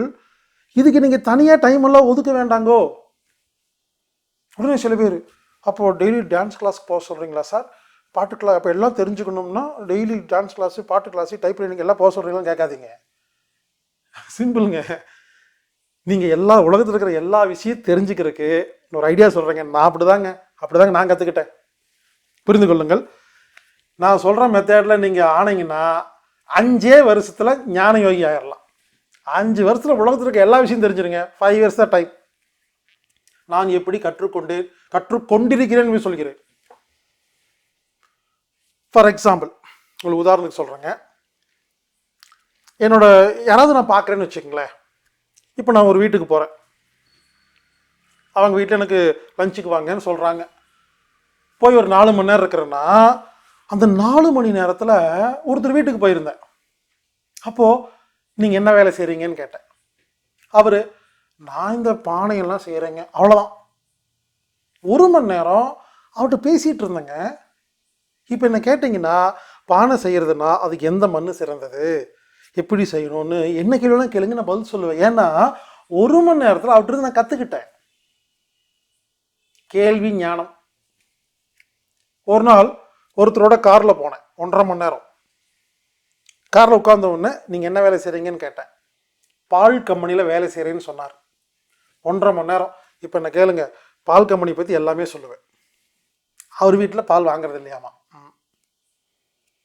இன்னொரு நாள் ஒருத்தர் கூட 2 மணி நேரம் காரில் போனேன். என்ன வேலை செய்கிறீங்கன்னு கேட்டேன். ஈஸ்ட் கம்பெனியில் மேனேஜர்னாரு. என்ன கேளுங்க, ஈஸ்ட்னா என்ன, எத்தனை கம்பெனி இருக்குது, அதில் என்ன குவாலிட்டிக்கு எல்லாம் சொல்லுவாங்க. புரிந்து கொள்ளுங்கள். நீங்கள் யாரை பார்க்குறீங்களோ அவங்க ஏதோ ஒரு விஷயத்தில் எக்ஸ்பர்ட்டாக இருப்பாங்க. அவங்ககிட்ட 1 மணி நேரம் பேசினா அவங்களோட 50 வருஷம் அந்த நாலேஜை நீங்கள் வாங்க முடியுங்க. எந்த புத்தகத்திலையும் கிடைக்காத ஒரு அறிவு ஒரு மனித புத்தகத்தில் மட்டுமே உங்களுக்கு கிடைக்கும் என்ற தத்துவம் புரிந்துவிட்டால் 5 வருஷத்தில் நீங்கள் ஞான யோகி. எனது நண்பர் ஒருத்தரோட இந்த உதாரணம் ஒரு மிகப்பெரிய உதாரணங்க. என் நண்பர் ஒருத்தர் கொடைக்கானலில் இருக்கார். அவர் ஒரு நாள் கூப்பிட்டுருந்தார். நானும் அவரும் இந்த போடி பக்கத்தில், இந்த குரங்கிணி தீவு பக்கத்தில், இந்த குரங்கிணி மலை வந்து பக்கத்தில், சரி தீவு இல்லை குரங்கிணி மலை, அதுக்கு பக்கத்தில் அவர் சித்தப்பா வீட்டுக்கு கூப்பிட்டு போனாருங்க. ஒரு சின்ன உதாரணம், இந்த ஒரு உதாரணம் புரிஞ்சுங்க எல்லாம் புரிஞ்சிடும். அவர் சித்தப்பா வீட்டுக்கு போனார், நான் சும்மா கூட போனேன். அதிகபட்சமாக அவர் சித்தப்பா வீட்டில் நான் 1 மணி நேரம் தான் இருந்தேன். நல்லா கவனிங்க. அவர் வீட்டுக்கு பக்கத்தில் ஏலக்காய், அவர் வந்து ஏலக்காயெல்லாம் பயிர் பண்ணி ஏலக்காயெல்லாம் வந்து ரெடி பண்ணி வித்துட்டு இருந்தார். அதான் ஏலக்காய் தான் ஒரு வியாபாரம், ஏலக்காய் பயிர். நான் 1 மணி நேரம் தாங்க இருந்தேன். எனது நண்பர் ஃபோன் வந்துருச்சுன்னு வெளியே போயிட்டு வந்தார். அந்த சித்தப்பா கிட்ட ஏலக்காய்னா என்ன, ஏலக்காயில் ஹைப்ரிட் என்ன இருக்குது, நாட்டு வெரைட்டி என்ன இருக்குது, எத்தனை ஹைட்டு வரும், எந்த லெவலில் அது வந்து எந்த ஹைட்டில் வந்து அது விளையும், ஏன் வந்து சமமட்டத்தில் அது விளையிறதில்ல, ஏலக்காய் வந்துங்க ஒரிஜினல் ஏலக்காய் வந்து பச்சையாகவே இருக்காதுங்க, வெள்ளையாக தாங்க இருக்கும். சாயம் போட்டு தாங்க பச்சையாக பண்ணுறாங்க. அதை வெயிலில் காய வச்சா என்ன, அந்த மிஷினில் காய வச்சா என்ன, அந்த மிஷின் எவ்வளோ டெம்பரேச்சர் இருக்கும், அது நீங்கள் மார்க்கெட்டில் விற்க முடியுமா, இல்லை ஏலத்துக்கு தான் கொண்டு போய் கொடுக்க முடியுமான்னு நான் ஏலக்காய் பற்றி நீங்கள் என்ன கேள்வி கேட்டாலும் இப்பொழுது பதில் சொல்ல முடியும். இதற்கு நான் தனியாக கோர்ஸ் எல்லாம் போகவில்லை. எனது நண்பரின் சித்தப்பா வீட்டுக்கு போகும் பொழுது அவரிடமிருந்து கற்றுக்கொண்டேன். ஆமாங்க. இன்னொரு நண்பர் ஒருத்தர் வீட்டுக்கு போயிருந்தேன். அவர் இந்த சந்தனம் சம்பந்தமாக, சந்தன மரத்தை எப்படி அரைச்சி சந்தனம் செய்கிறது, புருஷ மரத்தை எப்படி அரைச்சி அதில் எப்படி சந்தனம் செய்கிறாங்க, பஜ்ஜி மாவில் எப்படி சந்தன சென்ட்டு போடுறாங்கன்னு அவர் எனக்கு சொல்லி கொடுத்தாருங்க. 1/2 மணி நேரம் தான் கற்றுக்கிட்டேங்க. புரிந்து கொள்ளுங்கள். ஸோ குங்குமம், கண்ணுமை, எது கேட்டாலும் நான் எப்படி சொல்கிறேன்னு கேட்டிங்கன்னா, நான் ஒன்றும் எந்த கோர்ஸுக்கும் போகிறது இல்லைங்க. நான் இன்று யாரை சந்திக்கிறேனோ, அவர் எந்த விஷயத்தில் சிறப்பாக இருக்கிறாரோ, அதிக அறிவோடு இருக்கிறாரோ, அவருடன் பேசி நான் அந்த அறிவை பெற்றுக்கொள்கிறேன். சிம்பிள். உங்கள் சித்தப்பா வக்கீலாக இருப்பாருங்க, உங்கள் வீட்டுக்கு வருவார். என்னென்ன பண்ணுவீங்க, சித்தப்பா நல்லா இருக்கீங்களா, நல்லா இருக்கேன், அவ்வளோதான் செல்ஃபோன் நோண்டிட்டு இருக்க வேண்டியது. அவர்கிட்ட உட்காந்துட்டு, இப்போ எப்படி சித்தப்பா ஒரு 4 சட்டம் சொல்லி கொடுங்க, இப்போ கோர்ட்டில் எப்படி, எனக்கு 10 கேள்வி கேளுங்களேன், தெரிஞ்சு வச்சா நாளைக்கு யூஸ்ஃபுல்லாக இருக்குமா இல்லையா. உங்கள் தாத்தாவோ யாரோ ஒருத்தர் சித்த வைத்தியராக இருந்திருப்பார், உங்கள் பாட்டி தாத்தா சித்த வைத்தியராக இருந்திருப்பார், பாட்டிக்கிட்ட போய் பேசுங்க, தாத்தா என்ன பண்ணார், அது என்னப்பா இந்த மூலிகை எடுத்து அரைச்சாருப்பான்னு ஒரு நாலேஜ் கிடைக்குமா இல்லையா. சமையல் ரூம்குள்ளே போங்க, உங்கள் வீட்டில் அம்மாவோ சித்தியோ சமைச்சிட்டு இருப்பாங்க, உட்காந்து பாருங்கள், மோர் குழம்பு வைக்கிறது இப்படி கற்றுக்குங்க. கார் ஓட்டும் போது கார் ஓட்ட கற்றுக்குங்க. எங்கே புரிஞ்சுக்க ரொம்ப சிம்பிளுங்க. எனக்கு காரை பார்த்தோன்னா கார் ஓட்டணும்னு தோணுச்சு, நான் ஓட்டி கற்றுக்கிட்டேன். சைக்கிளை பார்த்தோன்னா சைக்கிள் ஓட்டணும்னு தோணுச்சுங்க. அப்பளத்தை பார்த்து அப்பளத்தை வறுக்கணும்னு பார்த்து கற்றுக்கிட்டேங்க. அவ்வளோதாங்க. இதுக்கு எதுக்குங்க பெருசாக கோர்ஸுக்கு போகணும், இதுக்கு எதுக்குங்க அப்படியே பயங்கரமாக எல்லா விஷயம் உங்களுக்கு தெரிஞ்சிருக்கு அப்படின்னு சொல்லாதீங்க. எல்லாருக்கும் எல்லா விஷயம் கற்றுக்கிறது ரொம்ப சுலபம். நாம் அந்த மாதிரி ஒரு ஆங்கிளில் சிந்திச்சதே இல்லை. இந்த வினாடி முதல் ஏங்க இந்த உலகத்தில் பிறந்துட்டோம், போகிறோம், நடுவில் இருக்கிறதெல்லாம் அனுபவிச்சுட்டு போங்களே. ஒரு முறையாவது டான்ஸ் ஆடுங்க, ஒரு முறையாவது பாட்டு பாடுங்க, ஒரு முறையாவது கோலத்தை போடுங்க, ஒரு முறையாவது சமைச்சு பாருங்க, சாப்பிட்டு பாருங்க, இதான் பண்ணி பாருங்க. அப்படியே ஒரே பிஸ்னஸுக்கு மட்டும் ஒன்று கற்றுக்க வேண்டியது, அதை மட்டும் செய்ய வேண்டியது, சம்பாதிக்க வேண்டியது. அப்புறம் அந்த தொழில் இல்லைன்னா அவ்வளோதான். என்ன பண்ணுறேன்னே தெரியலிங்க, முதல் மாதிரி இல்லைங்க. டிவி ரிப்பேர் பண்ணிட்டுருந்தாங்க, இப்போல்லாம் எங்கேங்க எல்லாம் டிவி வரதே இல்லைங்க. வாட்ச் ரிப்பேர் பண்ணிட்டுருந்தாங்க, யாரும் வரதில்லை அப்படின்னா புரிந்து கொள்ளுங்கள். இந்த வினாடி முதல் ஒரு விஷயத்தை விட்டு வைக்காதீங்க, எல்லாம் கற்றுக்கலாங்க. ரொம்ப சுலபங்க, புக்கெல்லாம் படிக்க வேண்டாங்க. உங்கள் தெரிஞ்சவங்க, சொந்தக்காரங்க, பக்கத்து வீட்டுக்காரங்க, மாமா, மச்சா, சித்தி, எல்லாத்துக்கும் எல்லாமே ஒவ்வொருத்தரும் ஒவ்வொன்றில் ஸ்பெஷலிஸ்ட்டுங்க. நான் இப்படி தான் ஒவ்வொரு நாள் ஒவ்வொரு இடத்துக்கு போய் யாராவது பார்க்கும்போது இதுக்காக தேடிட்டு இருக்க மாட்டாங்க, யார் கண்ணில் மாட்டுறாங்களோ கற்றுக்குவேங்க. ரீசெண்டாக கோயம்புத்தூரில் எனது நண்பர் ஷாஜகான் அப்படிங்கிறவர் போய் பார்க்க போனேன். அவர் கப்பிங் தெரி பண்ணிட்டு இருந்தார், உட்காந்தேன், பார்த்தேன், கற்றுக்கிட்டேன். குடியாத்தம் சேஷாத்திரி, அவரை போய் பார்த்தேன். மலர் மருந்துகள், இந்திய மலர் மருந்துகள் 200, இந்தியன் ஃப்ளவர் மெடிசன் 200 செஞ்சு வச்சுருந்தாரு. வீட்டுக்கு போனேன், ஒரு நாள் ஃபுல்லாக உட்காந்து கற்றுக்கிட்டேன். பொள்ளாச்சியில் ஒருத்தர் வாஸ்து, ஒரு வீட்டுக்கு போனேன், ஒரு நாள் ஃபுல்லாக வீட்டை பார்த்தேன், கேள்வி கேட்டேன், வாஸ்து புரிஞ்சிருச்சு. ஒரே நாள் போதுங்க ஒரு விஷயம் புரியிருக்கு. நீங்கள் ரிசீவ் பண்ணுற அந்த கெப்பாசிட்டியில் இருக்கணும், கேட்கணும். இது ஒரு விஷயம் தெரிஞ்சவங்களுக்கு சொல்லிக் கொடுக்குறது எவ்வளோ பிடிக்கும் தெரியுமா? ஆனால் யாருமே கேட்குறதே இல்லை, அதை சொல்லிக் கொடுக்குறதே இல்லை. உட்காந்து கேட்டு பாருங்களேன். ஒரு கிராமத்தில் எத்தனையோ பாட்டிகள் இருக்காங்க, சும்மா கிராமத்துக்குள்ள போய் உட்காந்து பேச எவ்வளோ நாலேஜ் கிடைக்குது தெரியுங்களா? எனவே நண்பர்களே, இந்த வினாடி முதல் ஒரு விஷயத்தை விட்டு வைக்காதீங்க. பிழைப்புக்காக மட்டும் கற்றுக்கொள்ளாதீர்கள். இந்த உலகத்தில் வாழ வந்ததை எல்லாத்தையும் கற்றுக்கொள்வதற்கு, அனுபவிக்காகத்தான். அனுபவிக்கிறதுக்கு, வாழ்க்கை வாழ்வதற்காகவே. எனவே ஒரு விஷயத்தை விடாதீங்க, என்ஜாய் பண்ணுங்க, எல்லா விஷயம் கற்றுக்குங்க. ஆனால் எல்லாத்தையும் இப்போது துவைக்கிறது கற்றுக்கிட்டு டெய்லி துவைக்க சொல்லலை. உங்களுக்கு துவைத்தல் தெரியாமல் இருக்கக்கூடாது. கார் ஓட்ட கற்றுக்கிட்டு கார் ஓட்ட சொல்லலை, தேவைப்பட்டால் ஓட்டுறதுக்கு ரெடியாக இருக்கணும். ஆமாங்க. இப்படி இந்த உலகத்தில் இருக்கும் அனைத்து விஷயங்களையும் பார்த்தவுடன் கற்றுக்கொள்ள வேண்டும் என்று நினைக்கும் ஒரு மனிதனுக்கு பெயர் ஞான யோகி. இது வேணும், அது வேணும், எல்லாம் கற்றுக்கலாம். பிழைப்புக்காக மட்டும் கற்றுக்கொள்ளாமல்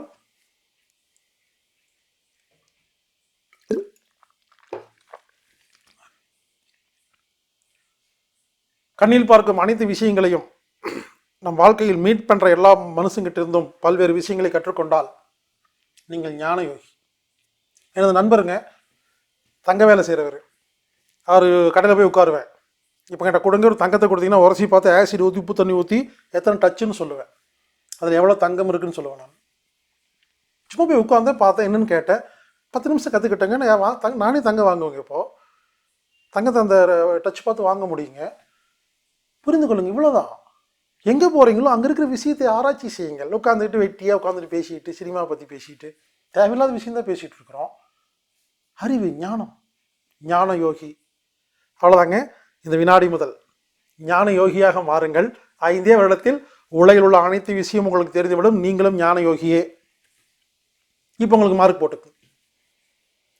பிழைப்புக்காக மட்டும் கற்றுக்கிட்டு இருக்கீங்களா, இல்லை எதை பார்த்தாலும் கற்றுக்குவீங்களா? எதை பார்த்தாலும் கற்றுக்கிட்டீங்கன்னா நீங்கள் ஞான யோகி. இல்லைங்க எனக்கு பிழைப்புங்க, அது மட்டும் தான் கற்றுக்குவேன்னா நீங்கள் பிழைப்பு யோகி. எங்க இந்த உலகத்தில் வாழ்றதுக்கு எல்லாம் தாங்க வேணும், புரிந்து கொள்ளுங்கள். சில பேர் என்ன பார்த்துட்டு, நீங்கள் ஹெல்த்தை பற்றி தானே பேசிகிட்டு இருந்தீங்க, இப்போ என்ன அரசியல் பற்றி பேசுகிறீங்க, இப்போ என்ன ஆன்மீகத்தை பேசுங்கன்னா உலகத்தில் எல்லாமே எல்லாருக்கும் வேணும். புரிந்து கொள்ளுங்கள். எல்லா டாப்பிக்கும் எல்லா விஷயந்தான் ஒரு மனிதனுக்கு தேவை. நீங்கள் ஒரு விஷயத்தை பேசினா அது பிழைப்புக்காக பேசுகிறதுனால அதுவே பேசிக்கிட்டு இன்னொரு டாபிக் நீங்கள் பேச மாட்டேங்கிறீங்க. அதுக்காக நானும் உட்காந்துட்டு இருக்கலாம் முடியாது. எனக்கு எப்பொழுது எது புரிகிறதோ அதை பேச ஆரம்பிப்போம். எனவே புரிந்து கொள்ளுங்கள், ஞான யோகியாக மாறுங்கள். 5 வருடத்தில் நீங்களும் ஞான யோகியாக மாற முடியும். இந்த வினாடி ஆரம்பியுங்கள். உங்களுக்கு நீங்களே மார்க் போட்டு. அடுத்தது கிரியா யோகி.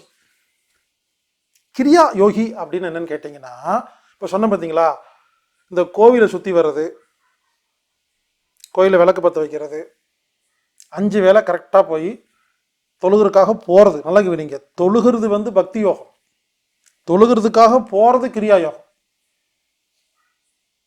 இந்த வேளாங்கண்ணி கோயிலுக்கு நடந்தே போகிறது, இது நடந்து போகிறது கிரியா யோகம். நடந்து போகும் பொழுது இறை சிந்தனையோடு போனால் பக்தி யோகம். பழனிமலைக்கு நடந்தே போகிறது, திருப்பதிக்கு போகிறது, ஹஜ்ஜுக்கு போகிறது, எங்கே நீங்கள் உங்கள் புனித ஸ்தலத்துக்கு போகிறீங்க இல்லைங்களா, அந்த போகிறதுக்கு பேர் கிரியா யோகம். போகும் பொழுது இறை சிந்தனையோடு போனால் பக்தி யோகம்.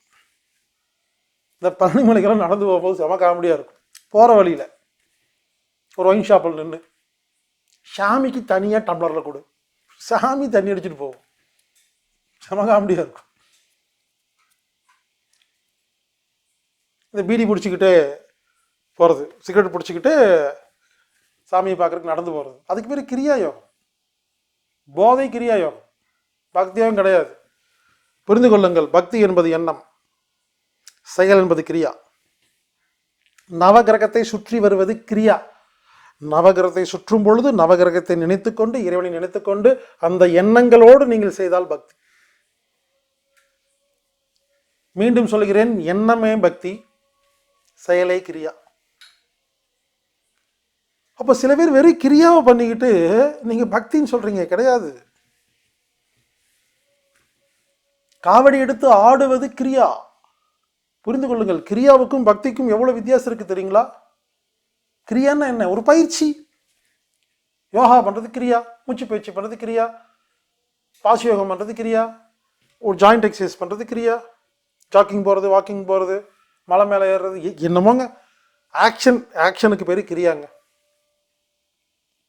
புரிந்து கொள்ளுங்கள், கிரியா யோகமும் நமக்கு தேவை. வெறும் பக்தி மட்டும் பத்தாது, அதான் சொல்ல வரேங்க. புரிந்து கொள்ளுங்கள், முக்தி அடைய வேண்டும் என்றால் வெறும் பக்தி வச்சு ஒன்றும் பண்ண முடியாது. பக்தியும் வேணும், ஞானமும் வேணும், கிரியாவும் வேணும், கர்மமும் வேணும். இந்த நாளும் இருந்தால் மட்டும்தான் முக்திக்கு வரும். இது புரியாதனால தான் இங்கே உலகத்தில் அவ்வளோ பிரச்சனைகள். இப்போ நான் பேசி முடிக்கும் போது உங்களுக்கு புரியும் ஏன் இவ்வளவு மார்க்கங்கள், இவ்வளவு கூட்டங்கள், இவ்வளவு சாமியார்கள், இவ்வளவு வழிமுறைகள் இருக்குன்னா அது ஏன் இவ்வளவு இருக்கு, இதோட நோக்கம் என்ன, ஒருத்தர் ஏன் திட்டிகிட்டு இருக்காங்க அப்படிங்கிறக்கும், இனிமேல் திட்டாமல் எல்லாத்தையும் ஒன்று சேர்த்து ஒற்றுமையாக வாழ முடியும் அப்படிங்கிறக்கும் இப்போ ஒரு 5 நிமிஷத்தில் பதில் சொல்லிடுவாங்க. முக்தி புரிஞ்சா போதும். கிரியா யோகம் என்பது ஏதாவது ஒரு பயிற்சி செய்யறதுங்க. சில பேர் இருப்பாங்க, நான் டெய்லி வாக்கிங் போயிடுவேங்க 4 கிலோமீட்டரு, மழை வந்தால் கூட போவாங்க, பார்த்துருக்கீங்களா? இவங்களுக்கு பேர் கிரியா யோகி. ஆமாம், கிரியா யோகி என்பது ஏதோ ஒரு செயலை குறிப்பிட்ட இன்டர்வல்ல செய்வது, ஆக்ஷன் செய்கிறது. சில பேர் வெள்ளிக்கிழமை காலைல சாப்பிட மாட்டாங்க, கிரியா யோகி. சபரிமலை கரெக்டாக 1 வருஷம் நான் போயிட்டு வந்துடுறேங்க, கிரியா யோகி. சார் 5 வேளை சார் கரெக்டாக தொழுகு போயிடுவேன், கிரியா யோகி. சண்டே சர்ச்சுக்கு போயிடுவேன், கிரியா யோகி. ஞாயிற்றுக்கிழமை கோயில் போய் விளக்கு பற்ற வச்சிருவேன், கிரியா யோகி. சார் சஷ்டி விரதம் இருந்துருவோம் சார், கிரியா யோகி. புரிந்து கொள்ளுங்கள், ஆக்ஷன் செய்தால் அது ஆக்ஷன்னா சும்மா என்னைக்கா ஏனாவது ஆனாலும் என்னைக்கு ஒரு நாள் செய்யறதில்ல, குறிப்பிட்ட இடைவேளையில். Note this point. ஒரு ஆக்ஷனை, ஒரு கிரியாவை குறிப்பிட்ட இன்டர்வல்ல யார் செய்கிறீர்களோ நீங்கள் கிரியா யோகி. அது மூச்சு பயிற்சி ஆகட்டும், தியானம் ஆகட்டும், சூரிய நமஸ்காரம் ஆகட்டும், என்னமோங்க அது சாதாரணமாக செய்யுங்க, இறைவனுக்காக செய்யுங்க, அதெல்லாம் இல்லை. ஒரு பயிற்சியை, பயிற்சிங்கிறது அப்பியாசம் சொல்லுவாங்க, பயிற்சி அப்பியாசம் ஏதோ ஒன்று. ஒரு பயிற்சியை தொடர்ந்து குறிப்பிட்ட இடைவேளையில் ஒருவர் டெடிகேஷனாக செய்கிறார் என்றால் அவருக்கு பெயர் கிரியா யோகி. ஆமாங்க, இந்த கிரியா யோகம் ரொம்ப முக்கியங்க. எதையாவது செஞ்சிடணுங்க, அப்போதாங்க நமக்கு ஹெல்த்து, உடம்பு நல்லா இருக்கும், மனசு நல்லா இருக்கும், புத்தி நல்லா இருக்கும், தெளிவு கிடைக்கும், எல்லாமே கிடைக்குங்க. நீங்கள் யாரெல்லாம், சில பேர் ஒரு 6 மாதம் யோகா பண்ணங்க, பண்ணுறது இல்லைங்க. முதல்ல ஒரு இனிமா கொடுத்தங்க 4 நாள், இப்போ கொடுக்கறது இல்லைங்க. நீங்கள் கிரியா யோகி கிடையாது. மீண்டும் சொல்கிறேன், இந்த பயிற்சி அந்த பயிற்சின்னு சொல்ல, ஏதாவது பயிற்சியை, எந்த பயிற்சியாக இருந்தாலும் சரி, ஏதோ ஒரு பழக்கம், ஏதோ ஒரு பயிற்சி, ஏதோ ஒரு கட்டுப்பாடு குறிப்பிட்ட இன்டர்வல்ல ரெகுலராக செய்தால் உங்களுக்கு கிரியா யோகி என்று பெயர். இப்படி செஞ்சீங்கன்னா 25 மார்க்குங்க. மாடி வருவோம். பக்தி யோகம், எப்பொழுதும் இறை சிந்தனையோடு வாழ்வது. ஞான யோகம், எல்லா விஷயங்களையும் கற்றுக்கொள்வது, நல்லது கெட்டது எல்லாமே. அடுத்தது கிரியா யோகம், ஏதோ ஒரு பயிற்சியை ரெகுலரான இன்டர்வெல்லில் செய்வது. பக்தி யோகம், கிரியா யோகம், ஞான யோகம், கர்மயோகம், கணக்கு பார்க்காமல் வேலை செய்வது. இந்த 4ம் ஒருவருக்கு புரிந்து இந்த 4 விஷயத்தையும் சமமாக ஒருவர் செய்து கொண்டிருந்தால் அவருக்கு 100 மார்க்.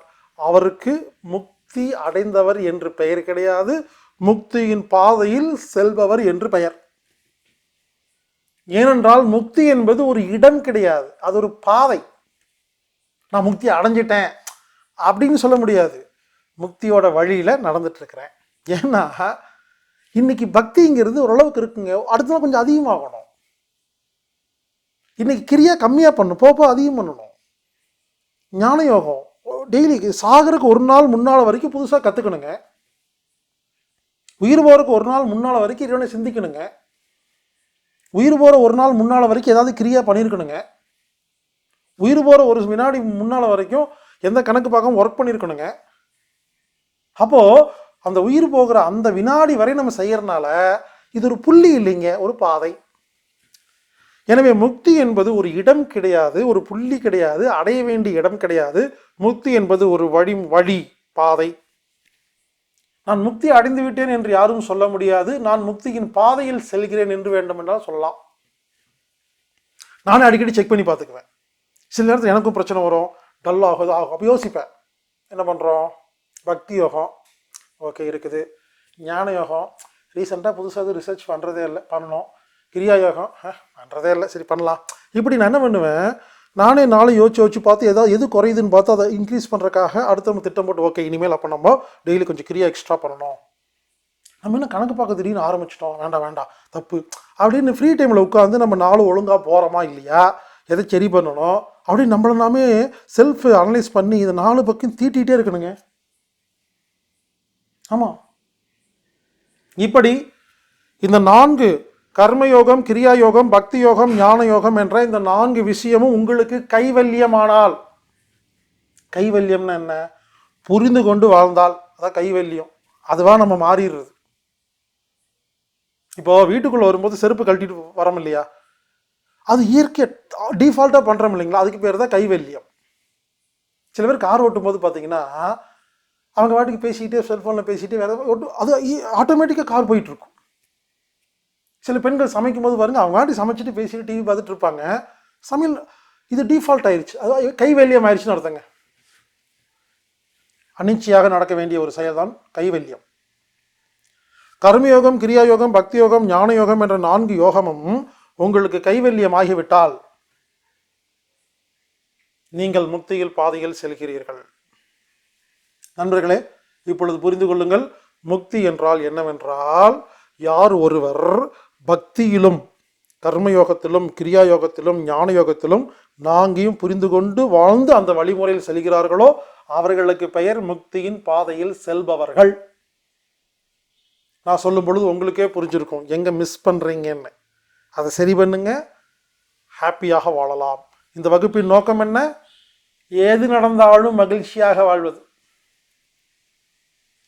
ஆமாங்க, அன்பா வாழ்றது. அன்பே தெய்வம். அன்பு இல்லை என்றால் நீங்கள் எந்த மதத்தில் இருந்தாலும், எந்த சாமியை கும்பிட்டாலும், எந்த குருநாதர் டீம்ல இருந்தாலும், எந்த ஆசிரமத்துக்கு போனாலும் தண்டம், வேஸ்ட். அன்பு இருந்தால் மட்டும்தான், அன்பு அப்படிங்கிறது இருக்கணும். அது இருந்தால் தான் நம்ம கற்றுக்கிட்டதுல அர்த்தம் இருக்கும். நிறைய கற்றுக்கிட்டு அன்பு இல்லைன்னா கற்றுக்கிறதே வேஸ்ட், தண்டம். இப்போ விஷயத்துக்கு வரேங்க. இந்த ஊரில் நிறைய சாமியார்கள் இருக்காங்க, நிறைய மார்க்கங்கள் இருக்கு, நிறைய வழிமுறைகள், நிறைய மதங்கள் இருக்கா இல்லையா, நீங்களே சொல்லுங்க, எவ்வளவோ இருக்கு. நல்லா கவனிங்க, எல்லா சாமியார் பின்னாலையும் 1 லட்சம் பேர் 10 லட்சம் பேர் போயிட்டு இருக்காங்க. எல்லா மதத்திலையும் கோடிக்கணக்கான பேர் டிவோட்டியா இருக்காங்க, மதத்தில் இருக்காங்க. இப்போ யோசிங்க, இதுதான் கரெக்டு அப்படின்னு சொன்னா ஏங்க இவ்வளவு பிரிவு இருக்கு? இப்போ நீங்க ஒரு மதத்தில் இருக்கீங்க, அதான் கரெக்டுன்னு சொல்றீங்க அப்படின்னா மற்ற எல்லாரும் முட்டாளா? அப்போ அவங்க என்ன சொல்லுவாங்க, நீங்க யோசிச்சு பார்த்துருக்கீங்களா? அவங்க உங்களை முட்டாள்னு சொல்லிட்டு இருப்பாங்க. பாகிஸ்தான் தீவிரவாதிகள்னு சொல்லி எல்லா படத்துலையும் விஜயகாந்த் பாகிஸ்தான் தீவிரவாதிகளே பிடிச்சிட்டே இருப்பார். பாகிஸ்தானில் போய் படம் பார்த்துருக்கீங்களா நீங்க? பாகிஸ்தான் இருக்கிற ஒரு ஹீரோ இந்திய தீவிரவாதியே பிடிச்சிட்டு இருப்பார். தமிழக மீனவர்களை இலங்கை இராணுவம் பிடித்து சென்றதுன்னு டிவியில் பார்க்குறீங்களா இல்லையா? உடனே இலங்கை மேலே உங்களுக்கு கோவம் வரும். இலங்கையில் போய் டிவி பார்த்துருக்கீங்களா? இலங்கை மீனவர்களை தமிழக போலீஸ் பிடிச்சது, இந்தியன் போலீஸ் பிடிச்சுன்னு சொல்லுவாங்க. புரிஞ்சுக்குங்க, அதாவது ஒரு வட்டத்துக்குள்ளேயே இருக்கும் பொழுது அப்படிதாங்க தோணும். வெளியே வாங்க, ஆன்மீகத்துக்கு வந்தீங்கன்னா எல்லாம் புரிஞ்சிடும். இப்போ சொல்கிறேன் கேளுங்க, இந்த உலகத்தில் ஏன் இவ்வளவு மார்க்கங்கள், இவ்வளவு வழிமுறைகள், இவ்வளவு சாமியார்கள்? நீங்கள் பாருங்கள், எல்லாம் முரண்பாடுங்க. நீங்கள் ஒரு சாமியார்ட்ட போங்களேன், அவர் நான்வெஜ் சாப்பிடு நல்லதும் பாரு. இன்னொரு சாமியார் நான்வெஜ் சாப்பிட்றது கெட்டதும் பாரு. இதுக்கும் 1 லட்சம் பேர் இருப்பாங்க, அதுக்கும் 1 லட்சம் டிவோட்டிஸ் இருப்பாங்க. ஒருத்தர் யோகாவே பண்ணாதேம்பாரு, கூட்டம் கூட்டமாக போவாங்க. இன்னொரு பக்கம் யோகா தான் சிறந்ததும்பாங்க, அங்கேயும் கூட்டம் கூட்டமாக போவாங்க. செக் பண்ணி பாருங்க. நான் எல்லா ஆசிரமும் எல்லா குருநாதர் எல்லா புக்கையும் படிச்சுட்டு பேசிகிட்டு இருக்கிறேங்க. ஒருத்தர் ஷேவிங் மண்ணுங்கிறாரு, ஒருத்தர் ஷேவிங் மண்ணாதேங்கிறாரு, உத்திராட்சக்கொட்டை போடுங்கிறாரு, உத்திராட்சக்கொட்டை போடாதேங்கிறாரு. யோசிச்சு பாருங்க, ஏன் இவ்வளோ பிரிவுகள், இவ்வளோ வழி, ஏன் இவ்வளோ டிஃப்ரென்ஸ்? இப்போ நான் சொல்லவே உங்களுக்கு புரிஞ்சிடும் ஏன் ஒவ்வொரு. அப்போ யோசிச்சு பாருங்க, ஒரு குறிப்பிட்ட மார்க்கம் தான் சிறந்தது அப்படின்னா மற்ற எல்லாத்தையும் முட்டாள்னு தானே சொல்றீங்க. அவங்க உங்களை முட்டாள்னு சொல்றாங்க. ஏன் இது நடக்குதுன்னு தெரிஞ்சா இப்போ நான் சொல்ல உங்களுக்கு புரிஞ்சிருங்க. வீசிதுக்கிறேன். இதுக்கு தான் இந்த முக்திங்கிற வகுப்பை நடத்தி இருக்கிறேன். இந்த முக்தி வகுப்பு புரிஞ்சாதான் இனிமேல் எல்லாத்துக்கிட்டையும் அன்பு இருக்குங்க உங்களுக்கு. விஷயத்துக்காரன் இப்போ ஒரு சாமியார் என்ன பண்றாரு, இறைவனை கும்பிடு, இறைவன் ஒருவனே, இறைவன் தான், இறை வழிபாடு தான் அப்படின்னு வகுப்பு எடுக்கிறாரு. அதுல ஒரு 10 லட்சம் பேர் போறாங்க. நல்லா கவனிங்க, இவர் பக்தி யோகி, இவர் மற்ற 3 சொல்லி கொடுக்கறதே இல்லைன்னு வச்சுக்கோங்களேன். அப்போ யார் இவங்க கிட்ட போய் செட்டில் ஆகி இவர் தான் உலகம்னு வாழ்வாங்கன்னா, நல்லா கவனிங்க, இறைவனை பற்றி ஒரு சாமியார் வகுப்பெடுத்து கொண்டிருந்தால், பக்தி யோகத்தை மட்டுமே ஒரு சாமியார் வகுப்பெடுத்து கொண்டிருக்கும் பொழுது, யாருக்கு இயல்பாகவே 3 விஷயங்கள் ஆட்டோமேட்டிக்காக இருந்து பக்தி யோகம் மட்டும் இல்லாமல் இருக்கும் ஒரு நபர் அந்த சாமியார்ட்ட போனோடனே ஏற்கனவே 3 இருக்குது. 75 மார்க் வாங்கிட்டீங்க, நீங்கள் இருக்க வந்துட்டீங்க. சின்ன வயசுலேருந்து ஏதோ பயிற்சி பண்ணிகிட்டே இருப்பீங்க, தெரிஞ்சோ தெரியாமல் பண்ணிகிட்டு இருக்கீங்க, புதுசாக விஷயத்தெல்லாம் கற்றுக்குறீங்க, கணக்கு பார்க்காம வேலை செய்கிறீங்க, உங்களுக்கு பக்தி மட்டும் இல்லை. அப்போது எங்கெங்கேயோ போகிறீங்க, யாரையோ பார்க்குறீங்க, உங்களுக்கு புரியவே இல்லை. டக்குன்னு இந்த சாமியாரை பார்த்தோன்னே அவர் பக்தியை டீச் பண்ணோடனே 100 மார்க் வந்துடுது. உடனே நீங்கள், அப்பா இவர்கிட்ட வந்தோடனே சார் நான் எங்கெங்கேயோ போனேன், யாரையோ பார்த்தேன், ஒன்றும் ஆகலை, இவர்கிட்ட வந்தோடனே இவர் தான் குருநாதர், இவர் வழி தான் சிறந்தது, என்ன இவர்கிட்ட வந்தோடனே எனக்கு எல்லாம் புரிஞ்சிருச்சு, எனக்கு அன்பே தெய்வம் ஆயிடுச்சு, எல்லாத்தையும் சந்தோஷமாக பார்க்குறேன்னு சொல்கிறீங்கன்னா என்ன அர்த்தம்னா, உங்களுக்கு இல்லாத ஒரு விஷயத்தை ஒருவர் டீச் பண்ணும் பொழுது, அங்கே போகும் பொழுது அந்த ஆசிரமம் உங்களுக்கு செட் ஆயிடுச்சுன்னு அர்த்தம். நீங்கள் என்ன பண்ணுறீங்க, உங்கள் ஹஸ்பண்டை, உங்கள் மாமியாரை, பக்கத்து வீட்டுக்காரங்க, ஃப்ரெண்டை கூட்டிகிட்டு போகிறீங்க. இவர் தாண்டா சிறந்தவர், எங்கள் சாமியார் தான் சிறந்தவர், எங்கள் குருநாதர் கூப்பிட்டு போகிறீங்க. எல்லாம் வந்துட்டு திரும்பி போயிடுறாங்க. உங்களுக்கெல்லாம் அருமையே தெரில, இவர் எவ்வளோ பெரிய ஆள் தெரியுமா, நான் அவர்கிட்ட வந்ததுக்கப்புறம் தான் நல்லா இருக்கிறேன், நீ வான்னு கூப்பிட்டு பாருங்கள். பல பேர் வரமாட்டாங்க. ஏன் வரமாட்டாங்கன்னு கேட்டிங்கன்னா, அவங்களுக்கு ஏற்கனவே பக்தி இருக்குது, இங்கே வந்து ஃபில் பண்ண வேண்டிய அவசியம் இல்லை, அவங்களுக்கு வேறு ஏதோ குறையுது. அப்போ அவங்க என்ன பண்ணுவாங்க, அவங்களுக்கு குறைந்த ஒரு விஷயத்தை, அவங்களிடம் இல்லாத ஒரு விஷயத்தை யார் சொல்கிறார்களோ அங்கே போய் செட்டானவன்னு முக்தி அடைகிறார்கள். அவர்கள் அதை நம்புகிறார்கள், இதுதான் இந்த உலகம் என்று, இதுதான் சிறந்தது என்று கூறுகிறார்கள். புரிஞ்சுங்களா? அப்போ ஊரில் பல்வேறு மார்க்கங்கள், பல்வேறு மதங்கள் இருக்கும் பொழுது நீங்கள் ஒரு குறிப்பிட்ட மதத்தை நம்பி அதை வாழ்ந்து, ஏன்னு கேட்டிங்கன்னா உங்ககிட்ட இயல்பாகவே இல்லாத ஒரு குணத்தை அவர்கள் உங்களுக்கு போதிக்கிறார்கள். அப்பொழுது அது கிடைத்தவுடன் உங்களுக்கு முக்தி அடைந்து விடுகிறது. எனவே நீங்கள் அதுதான் உலகத்தில் சிறந்தது என்று எல்லோத்தையும் அழைக்கிறீர்கள். பல பேர் வரமாட்டேங்கிறார்கள், அவரை திட்டுகிறீர்கள். சரி, நீங்கள் ஒரு ஆசிரமத்தில் குருநாதர் ஒரு மாத்தில் எடுத்துட்டு மற்றவங்களை கூப்பிட்றீங்களா இல்லையா? அப்போ அவங்க அதே மாதிரி அவங்க கூப்பிட்றாங்களா இல்லையா? ஒரே எண்ணம் தானே. நீங்கள் அங்கே போய் சேர்ந்துட முடியுமா? ஏன் முடியல? உங்களுக்கு இது புரிஞ்சிருச்சு, இது உங்களுக்கு கிடைச்சிருச்சு. ஸோ புரிந்து கொள்ளுங்கள், தயவு செய்து உலகில் உள்ள எந்த ஒரு மார்க்கத்தையும், எந்த ஒரு மதத்தையும், எந்த ஒரு வழிபாட்டு முறைகளையும் குறை சொல்லாதீர்கள். ஏன் என்று சொல்கிறேன் என்றால், அவரவர் நிலையில் அவரவர் சரியே. இந்த ஆன்மீக வகுப்பின் நோக்கம் என்னவென்றால், எதையும் குறை சொல்லாதீர்கள், எல்லாமே நல்லது தான். உங்களுக்கு செட் ஆகுதா இல்லையா பார்த்துட்டு பேசாமல் இருங்க, குறை சொல்லாதீங்க, கமெண்ட்ஸ் பேசாதீங்க. தயவு செய்து எந்த ஆசிரமத்தையும், எந்த குருநாதரையும் யாரையும் கமெண்ட் சொல்லாதீங்க. பல பேர் ஒரு சாமியாரையோ ஒரு வாய்க்கு வந்ததெல்லாம் பேசிடுறது, ஆனால் தான் ஒன்றுமே செய்யறதில்ல. இந்த கமெண்ட்ஸ் போடுறாங்க இல்லைங்களா அடுத்தவங்களை பற்றி, சரியோ யாருன்னு பார்க்குறீங்களா, அவங்க எந்த சர்வீஸும் பண்ணாத ஆளுங்க, தனக்காக வாழ்கிறவங்க, சம்பாரிச்சு சொத்து சேர்த்திட்டு அவங்க வீட்டுக்கு மட்டும் சம்பாரிச்சு வச்சுக்கிட்டு ஃப்ரீ டைமில் உட்காந்து மற்றவங்களை பற்றி கமெண்ட் சொல்கிறது. செஞ்சு பாருங்கள், வந்து பாருங்கள், தெரியும் எவ்வளோ கஷ்டம்னு, எவ்வளோ விஷயங்கள் எவ்வளோ தாண்டி பண்ணிகிட்ருக்குறோம். சும்மா உட்காந்துட்டு பேசிட்டு போயிடுறது. புரிந்து கொள்ளுங்கள், நீங்கள் இறங்கி செஞ்சு பாருங்க, தெரியும். ஒரு விஷயத்தை பேசி பாருங்க, புரிஞ்சுங்களா? ஒரு படத்தை பார்த்துட்டு வந்துட்டு படம் நல்லா இல்லை, படம் எடுத்து பாருங்க. அந்த மாதிரி தான் சொல்ல முடியும். எனவே தயவுசெய்து புரிந்து கொள்ளுங்கள், எல்லா மார்க்கங்களும் எல்லா சாமியார்களும் எல்லாம் கஷ்டப்பட்டு எதையோ அவங்களுக்கு தெரிஞ்சு சொல்லி கொடுத்துட்டு இருக்காங்க. அப்போ உடலால் பாதிக்கப்பட்ட ஒருத்தர் உடலை ஆராய்ச்சி பண்ணி அதிலிருந்து விஷயத்தை மருத்துவமாக பேசுகிறார். மனதால் பாதிக்கப்பட்ட ஒருவர் மனதை பற்றி கற்றுக்கொண்டு மனதை பற்றி பேசுகிறார். உடனே அவர்கிட்ட போய் இவர் மனசை பற்றி பேசுறாரு, உடம்பு பற்றி பேசல, இவர் அதை அவர் எதில் எக்ஸ்பர்ட்டோ அதில் பேசுறாரு. உங்களுக்கு வேணும்னா போய் எடுத்துட்டு வாங்க, வேண்டாம்னா பேசாம வாங்க. இந்த மாதிரி ஊரில் சமுதாயத்தில் சொல்லி கொடுக்குறாங்க இல்லைங்களா சாமியார்கள், இந்த மோட்டிவேஷன் ஸ்பீக் கொடுக்குறவங்க, ஏதோ ஒன்று சொல்கிறவங்க, ஏதோ ஒன்று சொல்லிட்டு இருக்கிறவங்க, அவங்கள பற்றியெல்லாம் பேசுறதுக்கெல்லாம் யாருக்கு தகுதியே கிடையாதுங்க. ஏன்னா நீங்கள் எதையுமே செய்யவில்லை, சர்வீஸே செய்யவில்லை. நீங்கள் கொடுக்கும் அந்த கருத்துக்களை, அந்த கமெண்ட்ஸ் எல்லாம் கேட்கறக்கெல்லாம் எங்களுக்கு காதெல்லாம் கிடையாது. புரிந்து கொள்ளுங்கள், ஏற்றுக்கொள்ளுங்கள். அவங்கவுங்க தெரிஞ்சது ஏதோ பேசிகிட்டு இருக்காங்க, நல்லா இருக்கணுமே அப்படிங்கிறக்காக. எல்லாருமே கரெக்டாக தான் எல்லாரும் போயிட்டு இருக்காங்க, அவங்கவுங்க ஒரு செயல் செஞ்சுட்டு இருக்கிறாங்க. எனவே தயவு செய்து எங்கேயும் முரண்படாதீர்கள்.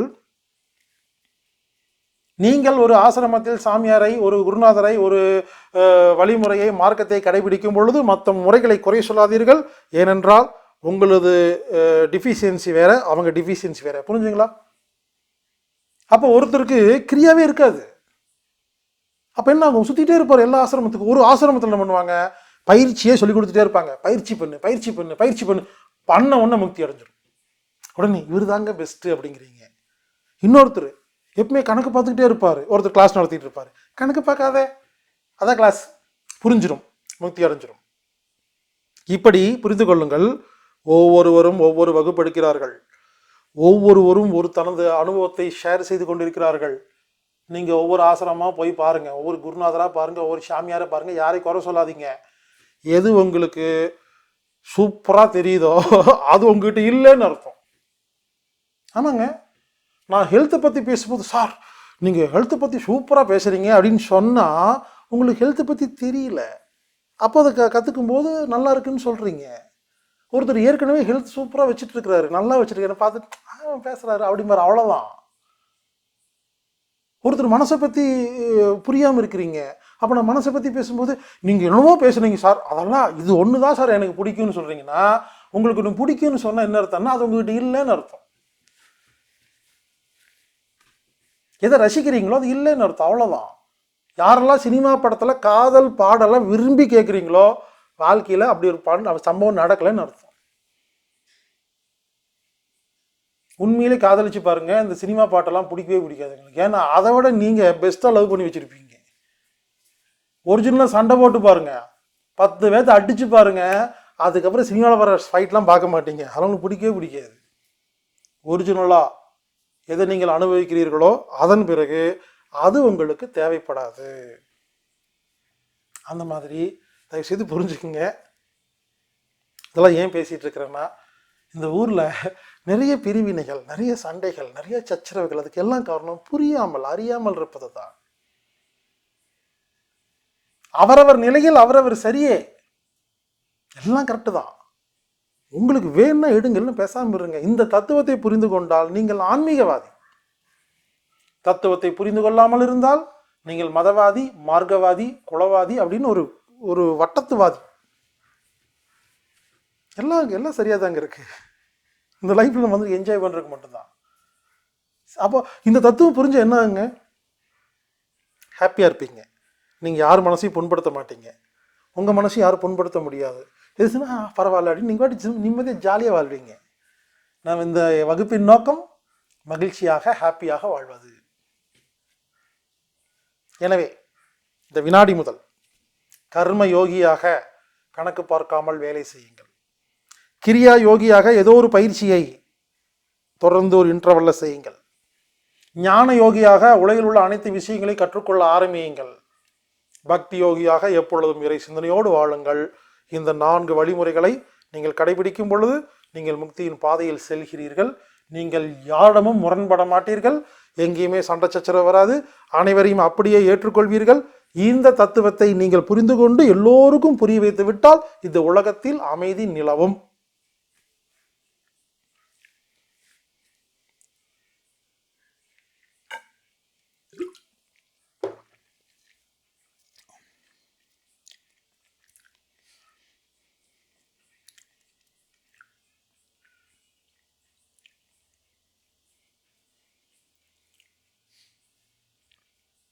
அடுத்தபடியாக நமது வாழ்க்கை லட்சியம் என்ன அப்படிங்கிற கேள்விக்கு பதில் பார்க்கலாங்க.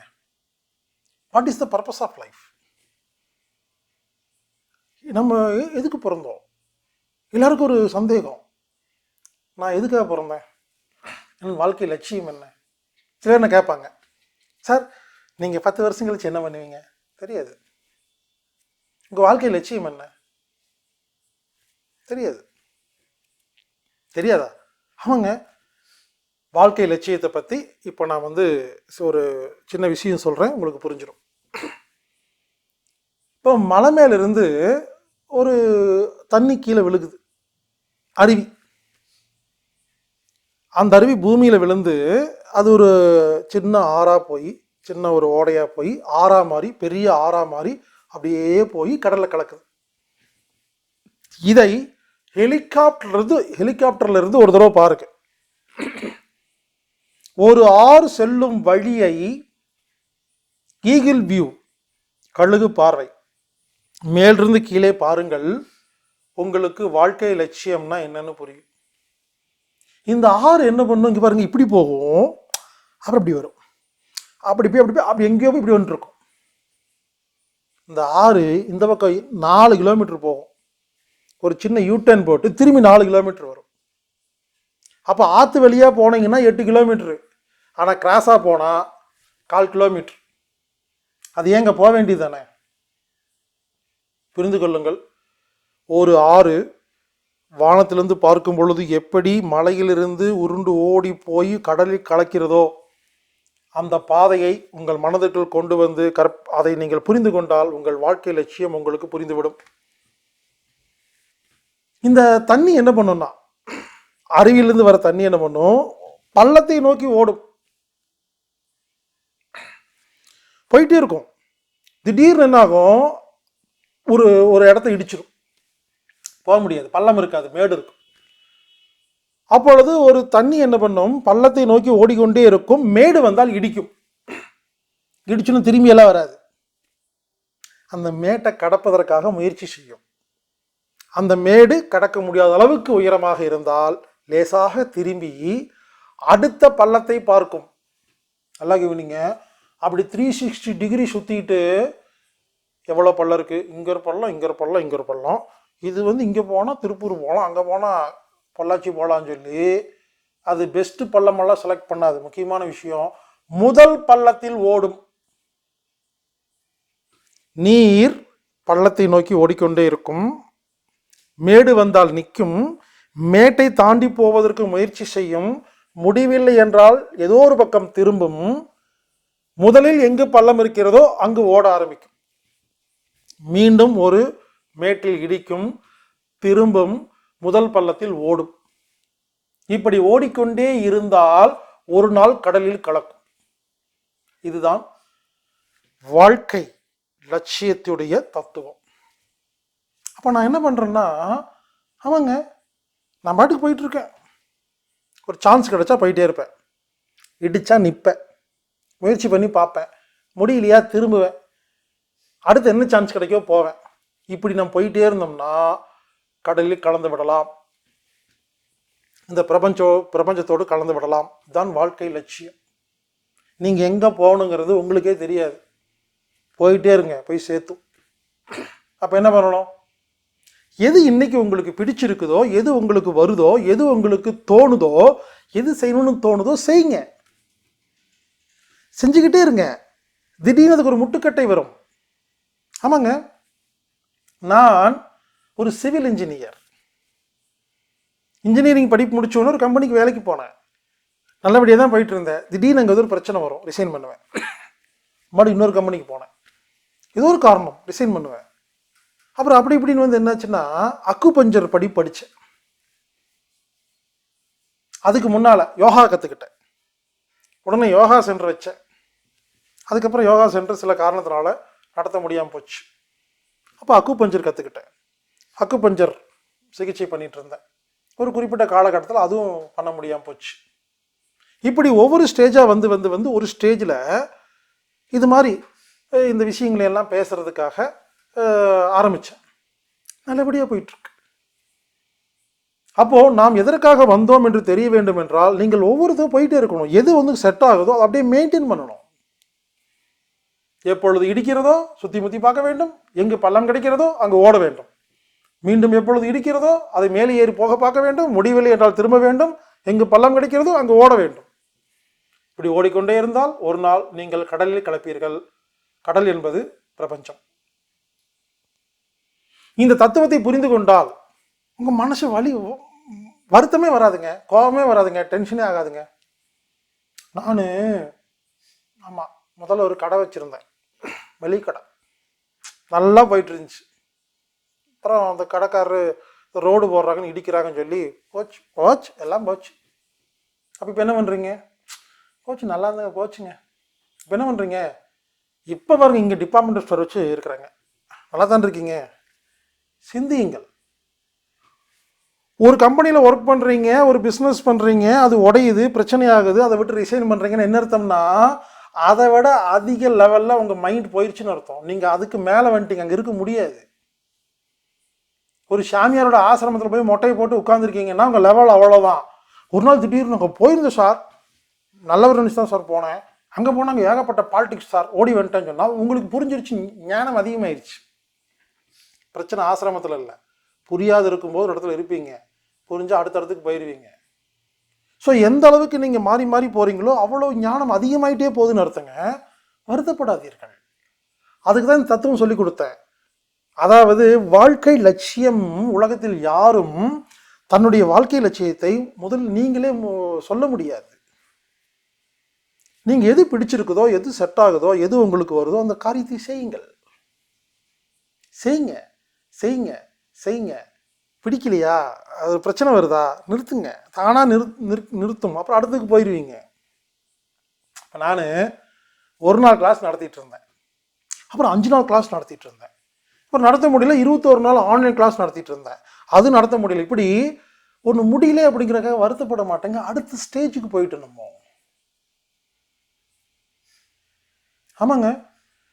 இப்படி இனிமேல் நீங்கள் இந்த தத்துவத்தை புரிந்து கொண்டால் உங்களுக்கு டென்ஷனே ஆகாதுங்க, பயமே வராதுங்க, கவலையே வராதுங்க, கோபமே வராதுங்க. ஒரு ஆஃபீஸில் வேலை செய்வீங்க, மேனேஜருக்கு சண்டை, வேலை விட்டு அப்படி வீட்டில் வந்து உட்காந்துட்டு கத்திட்டு இருக்காதிங்க. அந்த நாய் புதுசாக வேலைக்கு வந்தான் மேனேஜர், அவனால தான் வேலை போச்சுன்னு.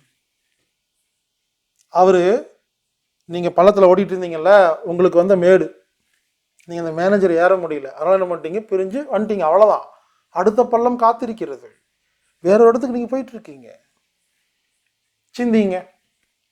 இப்போ ஹெலிகாப்டர் இருந்து பார்த்தீங்கன்னா அந்த ஆறு போயிட்டு இருக்கு இல்லையா, ஆறு, அந்த ஆறுக்கு அறிவு இல்லை, இந்த பக்கம் 4 கிலோமீட்டர் போய் யூடர்ன் போட்டு மறுபடியும் வரும் பக்கத்தில். நீங்கள் ஆறுடைய அந்த மேலிருந்து படம் பாருங்க, எங்க அது டேரெக்டாக போயிட வேண்டியதானுங்க, அப்படி போக முடியாதுங்க.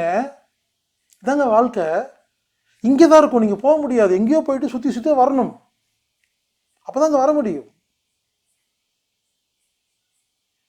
இந்த தத்துவத்தை புரிந்து கொண்டால் ஏகாந்தமாக வாழலாம். எது நடந்தாலும் மாணிக் பாஷா மாதிரி தான், பாஷா பாய் உங்கள் காம்ப்ளெக்ஸில் பாம்பு வச்சுட்டாங்க, வைக்கட்டும், பாஷா பாய் உங்கள் வீட்டை கொளுத்திட்டாங்க, கொளுத்துட்டும் அப்படின்னு ஹாப்பியாக இருப்பீங்க. ஏன்னா ஞானி ஆகிட்டீங்க நீங்கள்லாம். எது நடந்தாலுங்க. ஆமாங்க, நான் இப்படி தாங்க. முதல்ல திருச்சி பக்கத்தில் பெருகமணி அப்படிங்கிற இடத்துல 5 நாள் கிளாஸ் நடத்திட்டு இருந்தேன். சில காரணத்தினால அங்கிருந்து மாற்றப்பட்டது. அப்புறம் திண்டுக்கல்லில் கொஞ்ச நாள் கிளாஸ் நடத்திட்டு இருந்தேன். சில காரணத்தினால அங்கிருந்து அடுத்த லெவலுக்கு போனோம். கோயம்புத்தூரில் வச்சு கிளாஸ் நடத்திட்டு இருந்தேன். சில காரணத்தில் அங்கிருந்து சென்னைக்கு போனோம். இப்படி இப்போ அங்கிருந்து இப்போ ஆழியாருக்கு போயிருக்கிறோம். ஸோ ஒவ்வொன்றும் மேல் நோக்கி தாங்க போகுது, கீழ் நோக்கி போகலைங்க. ஒரு பிரச்சனை வருது, ஏதோ அடுத்த ஸ்டேஜுக்கு போயிட்டோன்னு அர்த்தங்க. ஆமாங்க. நாகர்கோயிலில் ஒரு பிரச்சனை வந்துச்சு, அன்னைக்கு தான் அமைதி ஆரோக்கியம் பத்திரிக்கை ஆரம்பித்தேன். அந்த பிரச்சனை வந்தனால தான் எனக்கு பத்திரிக்கை ஆரம்பிக்க முடிஞ்சுது. ஒவ்வொரு முறையும் ஒரு பிரச்சனை வரும்பொழுது நாம் கற்றுக்கொள்கிறோம், ஒருபடி மேலே செல்கிறோம். ஒவ்வொரு முறையும் வேலை ரிசைன் பண்ணும் பொழுது, கம்பெனி திவாலாகும் பொழுது, நமது கடை போண்டி ஆகும் பொழுது, பார்ட்னரோட சண்டை வரும் பொழுது, உலகத்தில் எந்த பிரச்சனை வந்தாலும் நீங்கள் அடுத்த உலகம் போகிறீங்கன்னு அர்த்தம். இதான் தத்துவம். நீர் பள்ளத்தை நோக்கி ஓடும், மேடை பார்த்தால் இடிக்கும், அதை அதை மீறி ஓவர்டேக் பண்ணிட்டு போகணும்னு நினைக்கும். முடிவில்லை என்றால் ஏதோ ஒரு பக்கம் திரும்பும், முதல் பள்ளத்தில் ஓடும். இப்படி ஓடிக்கொண்டே இருந்தால் ஒரு நாள் அது கடலில் கலக்கும். இதுதான் வாழ்க்கை லட்சியம் என்ற தத்துவம். அப்போ ஒவ்வொருத்தருடைய வாழ்க்கை லட்சியம் என்னங்கிறத நீங்க ஜட்ஜ் பண்ணவே முடியாதுங்க. நந்தா படத்தில் வர சொல்ற மாதிரி, அந்த காரியம் முடிஞ்சா அந்த காரியம் நடந்தா போயிட்டே இருக்க வேண்டியதுதானே. நீங்க எதுக்காக இந்த உலகத்துல பிறந்தீங்கன்னு யாருக்குமே தெரியாது, உங்களுக்கும் தெரியாது. போயிட்டே இருக்க வேண்டியதுதான். எங்க இடிக்குதோ அந்த காரியம் முடிஞ்சது, அடுத்து போயிட்டே இருக்கணும், அவ்வளவுதான். இந்த கான்செப்டுக்கு வந்துருங்களே, அப்புறம் எங்க டென்ஷன் ஆகுது, எங்க கோவம் வருது, எங்க பயம் வருது, எங்க பழி வாங்கணும், ஒன்றும் வேண்டாம். வாழ்க வளமுடன், அவ்வளோதான். மேனேஜருக்கும் சண்டை, வேலை ரிசைன் பண்ணிட்டீங்க, வாழ்க வளமுடன். மேனேஜர் அவர்கள் வாழ்க வளமுடன். கம்பெனி திவால் ஆயிடுச்சு, வாழ்க வளமுடன். அடுத்தவளுக்கு போயிட்டே இருக்க வேண்டியதாங்க. எனவே நண்பர்களே, வாழ்க்கை லட்சியம் என்பது உங்களுக்கு என்னவென்று உங்களுக்கே தெரியாது. போய்கொண்டே இருங்கள், ஒரு நாள் ஒரு இடத்தில் சேரும். இந்த தத்துவத்தை நீங்கள் புரிந்து கொண்டால் உங்களுக்கு 24 மணி நேரமும் எது நடந்தாலும் ஹாப்பியாக இருக்கும். இந்த ஆன்மீக வகுப்பின் முக்கியமான நோக்கம் என்னவென்றால், எது நடந்தாலும் மனதை எப்படி ஒரே ஸ்டடியாக வச்சுக்கிட்டு ஹாப்பியாக வாழ்வது என்பதுதான் நோக்கம். அது ஏன் இல்லைன்னு கேட்டிங்கன்னா, இந்த 3 நாளில் நான் நடத்திய இந்த சொல்லிய விஷயங்கள் உங்களுக்கு புரியவில்லை என்றால் டென்ஷனாக இருக்கும், கோபமாக இருக்கும், பயமாக இருக்கும், சண்டையாக இருக்கும், எல்லாம் முரண்பாடாக இருக்கும். இந்த 3 நாளில் நான் கூறிய விஷயங்கள் எல்லாம் உங்களுக்கு புரிந்து விட்டது என்றால் உங்களுக்கு எதை பார்த்தும் முரண்பாடு இருக்காதுங்க. ஓஹோ, நீங்கள் அந்த சாமி கும்பிட்றீங்களா, பேஷ் கும்பிடுங்க, பேஷ் ரொம்ப நல்லா கும்பிடுங்க, நாங்கள் இந்த சாமி கும்பிட்றோம், ஓகே தேங்க்யூ, அவ்வளோதான். ஓ, நீ இன்னும் அந்த மாதிரி இருக்குமா, ஓ பண்ணுங்களேன். ஓ, நீங்கள் நான்வெஜ் சாப்பிடுவீங்களா, சாப்பிடுங்க, பேஷ சாப்பிடுங்க, நாங்கள் சாப்பிட மாட்டோம் வெஜ்ஜு. எப்போ உங்களுக்கு கோவம் வரும்? புரிந்து கொள்ளுங்கள், புத்திசாலியாக வாழ்ந்து பழகுங்கள், அவ்வளோதான் சொல்லுவேன். அதனால தான் முதல்ல இந்த கிளாஸ் ஆரம்பிக்கும் போது புத்திசாலியாக முட்டாளன்னு ஆரம்பித்தேன். பல பேர் வீடியோ பார்க்கும் பொழுது அந்த டாப்பிக்கோட ஓடி போயிட்டீங்கன்னா நீங்கள் முட்டாள்னு அர்த்தம். புரிஞ்சிருச்சு நம்மளை திட்டுறான் அப்படின்ட்டு, அதுக்கப்புறம் பார்க்குற பிடிக்காது. முதல்ல கழட்டி விட்றதுக்கு தான் ஃபஸ்ட்டு அந்த டாபிக் பேசினேன். ஈகோ யாருக்கு இருக்குதோ அந்த ஃபஸ்ட்டு பாருங்கள், செகண்ட் நேற்று இன்றைக்கி தான் சப்ஜெக்ட் நல்லா போயிருக்கும். அந்த ஃபஸ்ட் சப்ஜெக்ட் ஏன் பேசுனேன்னா, அதை கேட்டு முடிச்சோன்னே இன்னும் இப்படி பேசுகிறாரு அப்படின்னு போயிடுவேன், தேவையே இல்லை. புரிந்து கொள்ளுங்கள், நீங்கள் புத்திசாலியாக இருந்தால் மட்டும்தான் மொத்த வகுப்பையும் முழுமையாக கேட்டுவிட்டு புரிந்து கொண்டு அதன் பிறகுதான் உங்களுக்கு ஒரு முடிவுக்கு வர முடியும். எனவே புத்திசாலியாக வாழுங்கள். புத்திசாலியாக வாழ்றதுன்னா எப்படி? அவரவர் நிலையில் அவரவர் சரியே என்ற தத்துவத்தை புரிந்து கொள்வதே புத்திசாலித்தனமான வாழ்க்கை.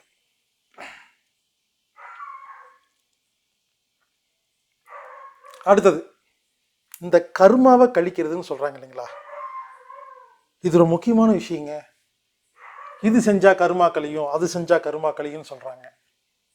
இந்த விஷயத்தை நம்ம நாளைக்கு பார்க்கலாங்க. ஏன்னா அது பேசினா பாருங்க, இது இந்த சப்ஜெக்ட் எப்படின்னா, நான் ஃபர்ஸ்ட் டைம் பேசுறதுனால எவ்வளோ டைம் ஆகும்னு தெரில. இன்னும் என்ன கேட்டால் நாளைக்கே இன்னும் 1 மணி நேரம் பேசணும் சப்ஜெக்ட்லாம் இருக்கு. எனவே நாளைக்கு ஒரு 2 விஷயத்தை பார்க்கலாங்க. அதாவது வாழ்க்கை பயணம், இது வரைக்கும் பேசுனது வாழ்க்கை லட்சியத்தை பற்றி பேசினேன், கர்ம தீரி பேசினேன், கர்ம யோகம் பேசினேன். நாளைக்கு பார்க்க போகிறது வாழ்க்கை பயணம். பயணம்னா என்ன அதை பார்க்க போகிறோம். இந்த கர்மா கழிக்கிறது, ஜீரோ கர்மா எப்படி பண்ணுறது, பிறவி இல்லா பெருவாழ்வுன்னு சொல்கிறாங்க இல்லைங்களா, ஜீரோ பண்ணுறது. இப்பொழுது நான் சாவதற்கு ரெடி, எனக்கு ஒன்றுமே ஜீரோ, அந்த ஸ்டேஜுக்கு வந்துட்டிங்கன்னா இறந்தால் விந்து வெளியே வராது, உடல் துர்நாற்றம் அடிக்காது, இறந்த பிறகு உடம்பு ஃப்ளெக்சிபிளாக இருக்கும். அந்த நிலைக்கு வர்றது எப்படி அப்படிங்கிறத நாளைக்கு நம்ம பார்க்கலாங்க. நாளைக்கு இதெல்லாம் பார்த்து முடிச்சுட்டு அதுக்கப்புறம் ஜென்ரலாக நான் பேச வேண்டியதெல்லாம் பேசிட்டு அதுக்கப்புறம் கேள்வி பதில் நிகழ்ச்சி வச்சுக்கலாம். தயவு செய்து மீண்டும் மீண்டும் சொல்கிறேன், என்னிடம் இது சம்பந்தமாக கேட்க வேண்டும் என்றால் இந்த வகுப்புகளை வரிசையாக முழுமையாக பார்த்தவர்கள் மட்டுமே கேளுங்கள். திடீரென உள்ளே புகுந்து கேள்வி கேட்காதீர்கள். நீங்கள் கேள்வி கேட்கும் பொழுதே திடீரென உள்ளே புகுந்தவர் என்று கண்டுபிடிக்க முடியும். எனவே சிறந்த கேள்வி, நல்லா சிந்திச்சு, இந்த கனடக்ஷன் இல்லாமல் உங்களுக்கு உண்மையிலேயே சந்தேகம் இருக்குது அப்படின்னா சரியான கேள்விகளை மட்டும் கேளுங்கள், கண்டிப்பாக அதற்கு பதில் சொல்லப்படும். நண்பர்களே, மீண்டும் நாளை 7 மணிக்கு சந்திப்போம். என்னையும் மதித்து இந்த வகுப்பில் கலந்து கொண்ட அனைத்து நல்ல உள்ளங்களுக்கும் நன்றி. எனது கருத்தும் உங்கள் கருத்தும் சில இடங்களில் வேறுபாடு இருக்கலாம். ஏற்கனவே சொன்னேன், எப்பொழுதுமே வேறுபாடு இருந்து கொண்டே தான் இருக்கும். எல்லா கருத்துக்களும் எப்பொழுதும் ஒன்றாக இருக்க வாய்ப்பு கிடையவே கிடையாது. எனவே கருத்து வேறுபாடு இருந்தாலும் பரவாயில்லை, புரிந்து கொள்ள முயற்சி செய்யுங்கள். மீண்டும் நாளை மாலை 7 மணிக்கு சந்திப்போம். அன்பே தெய்வம். வாழ்க வளமுடன். நன்றி.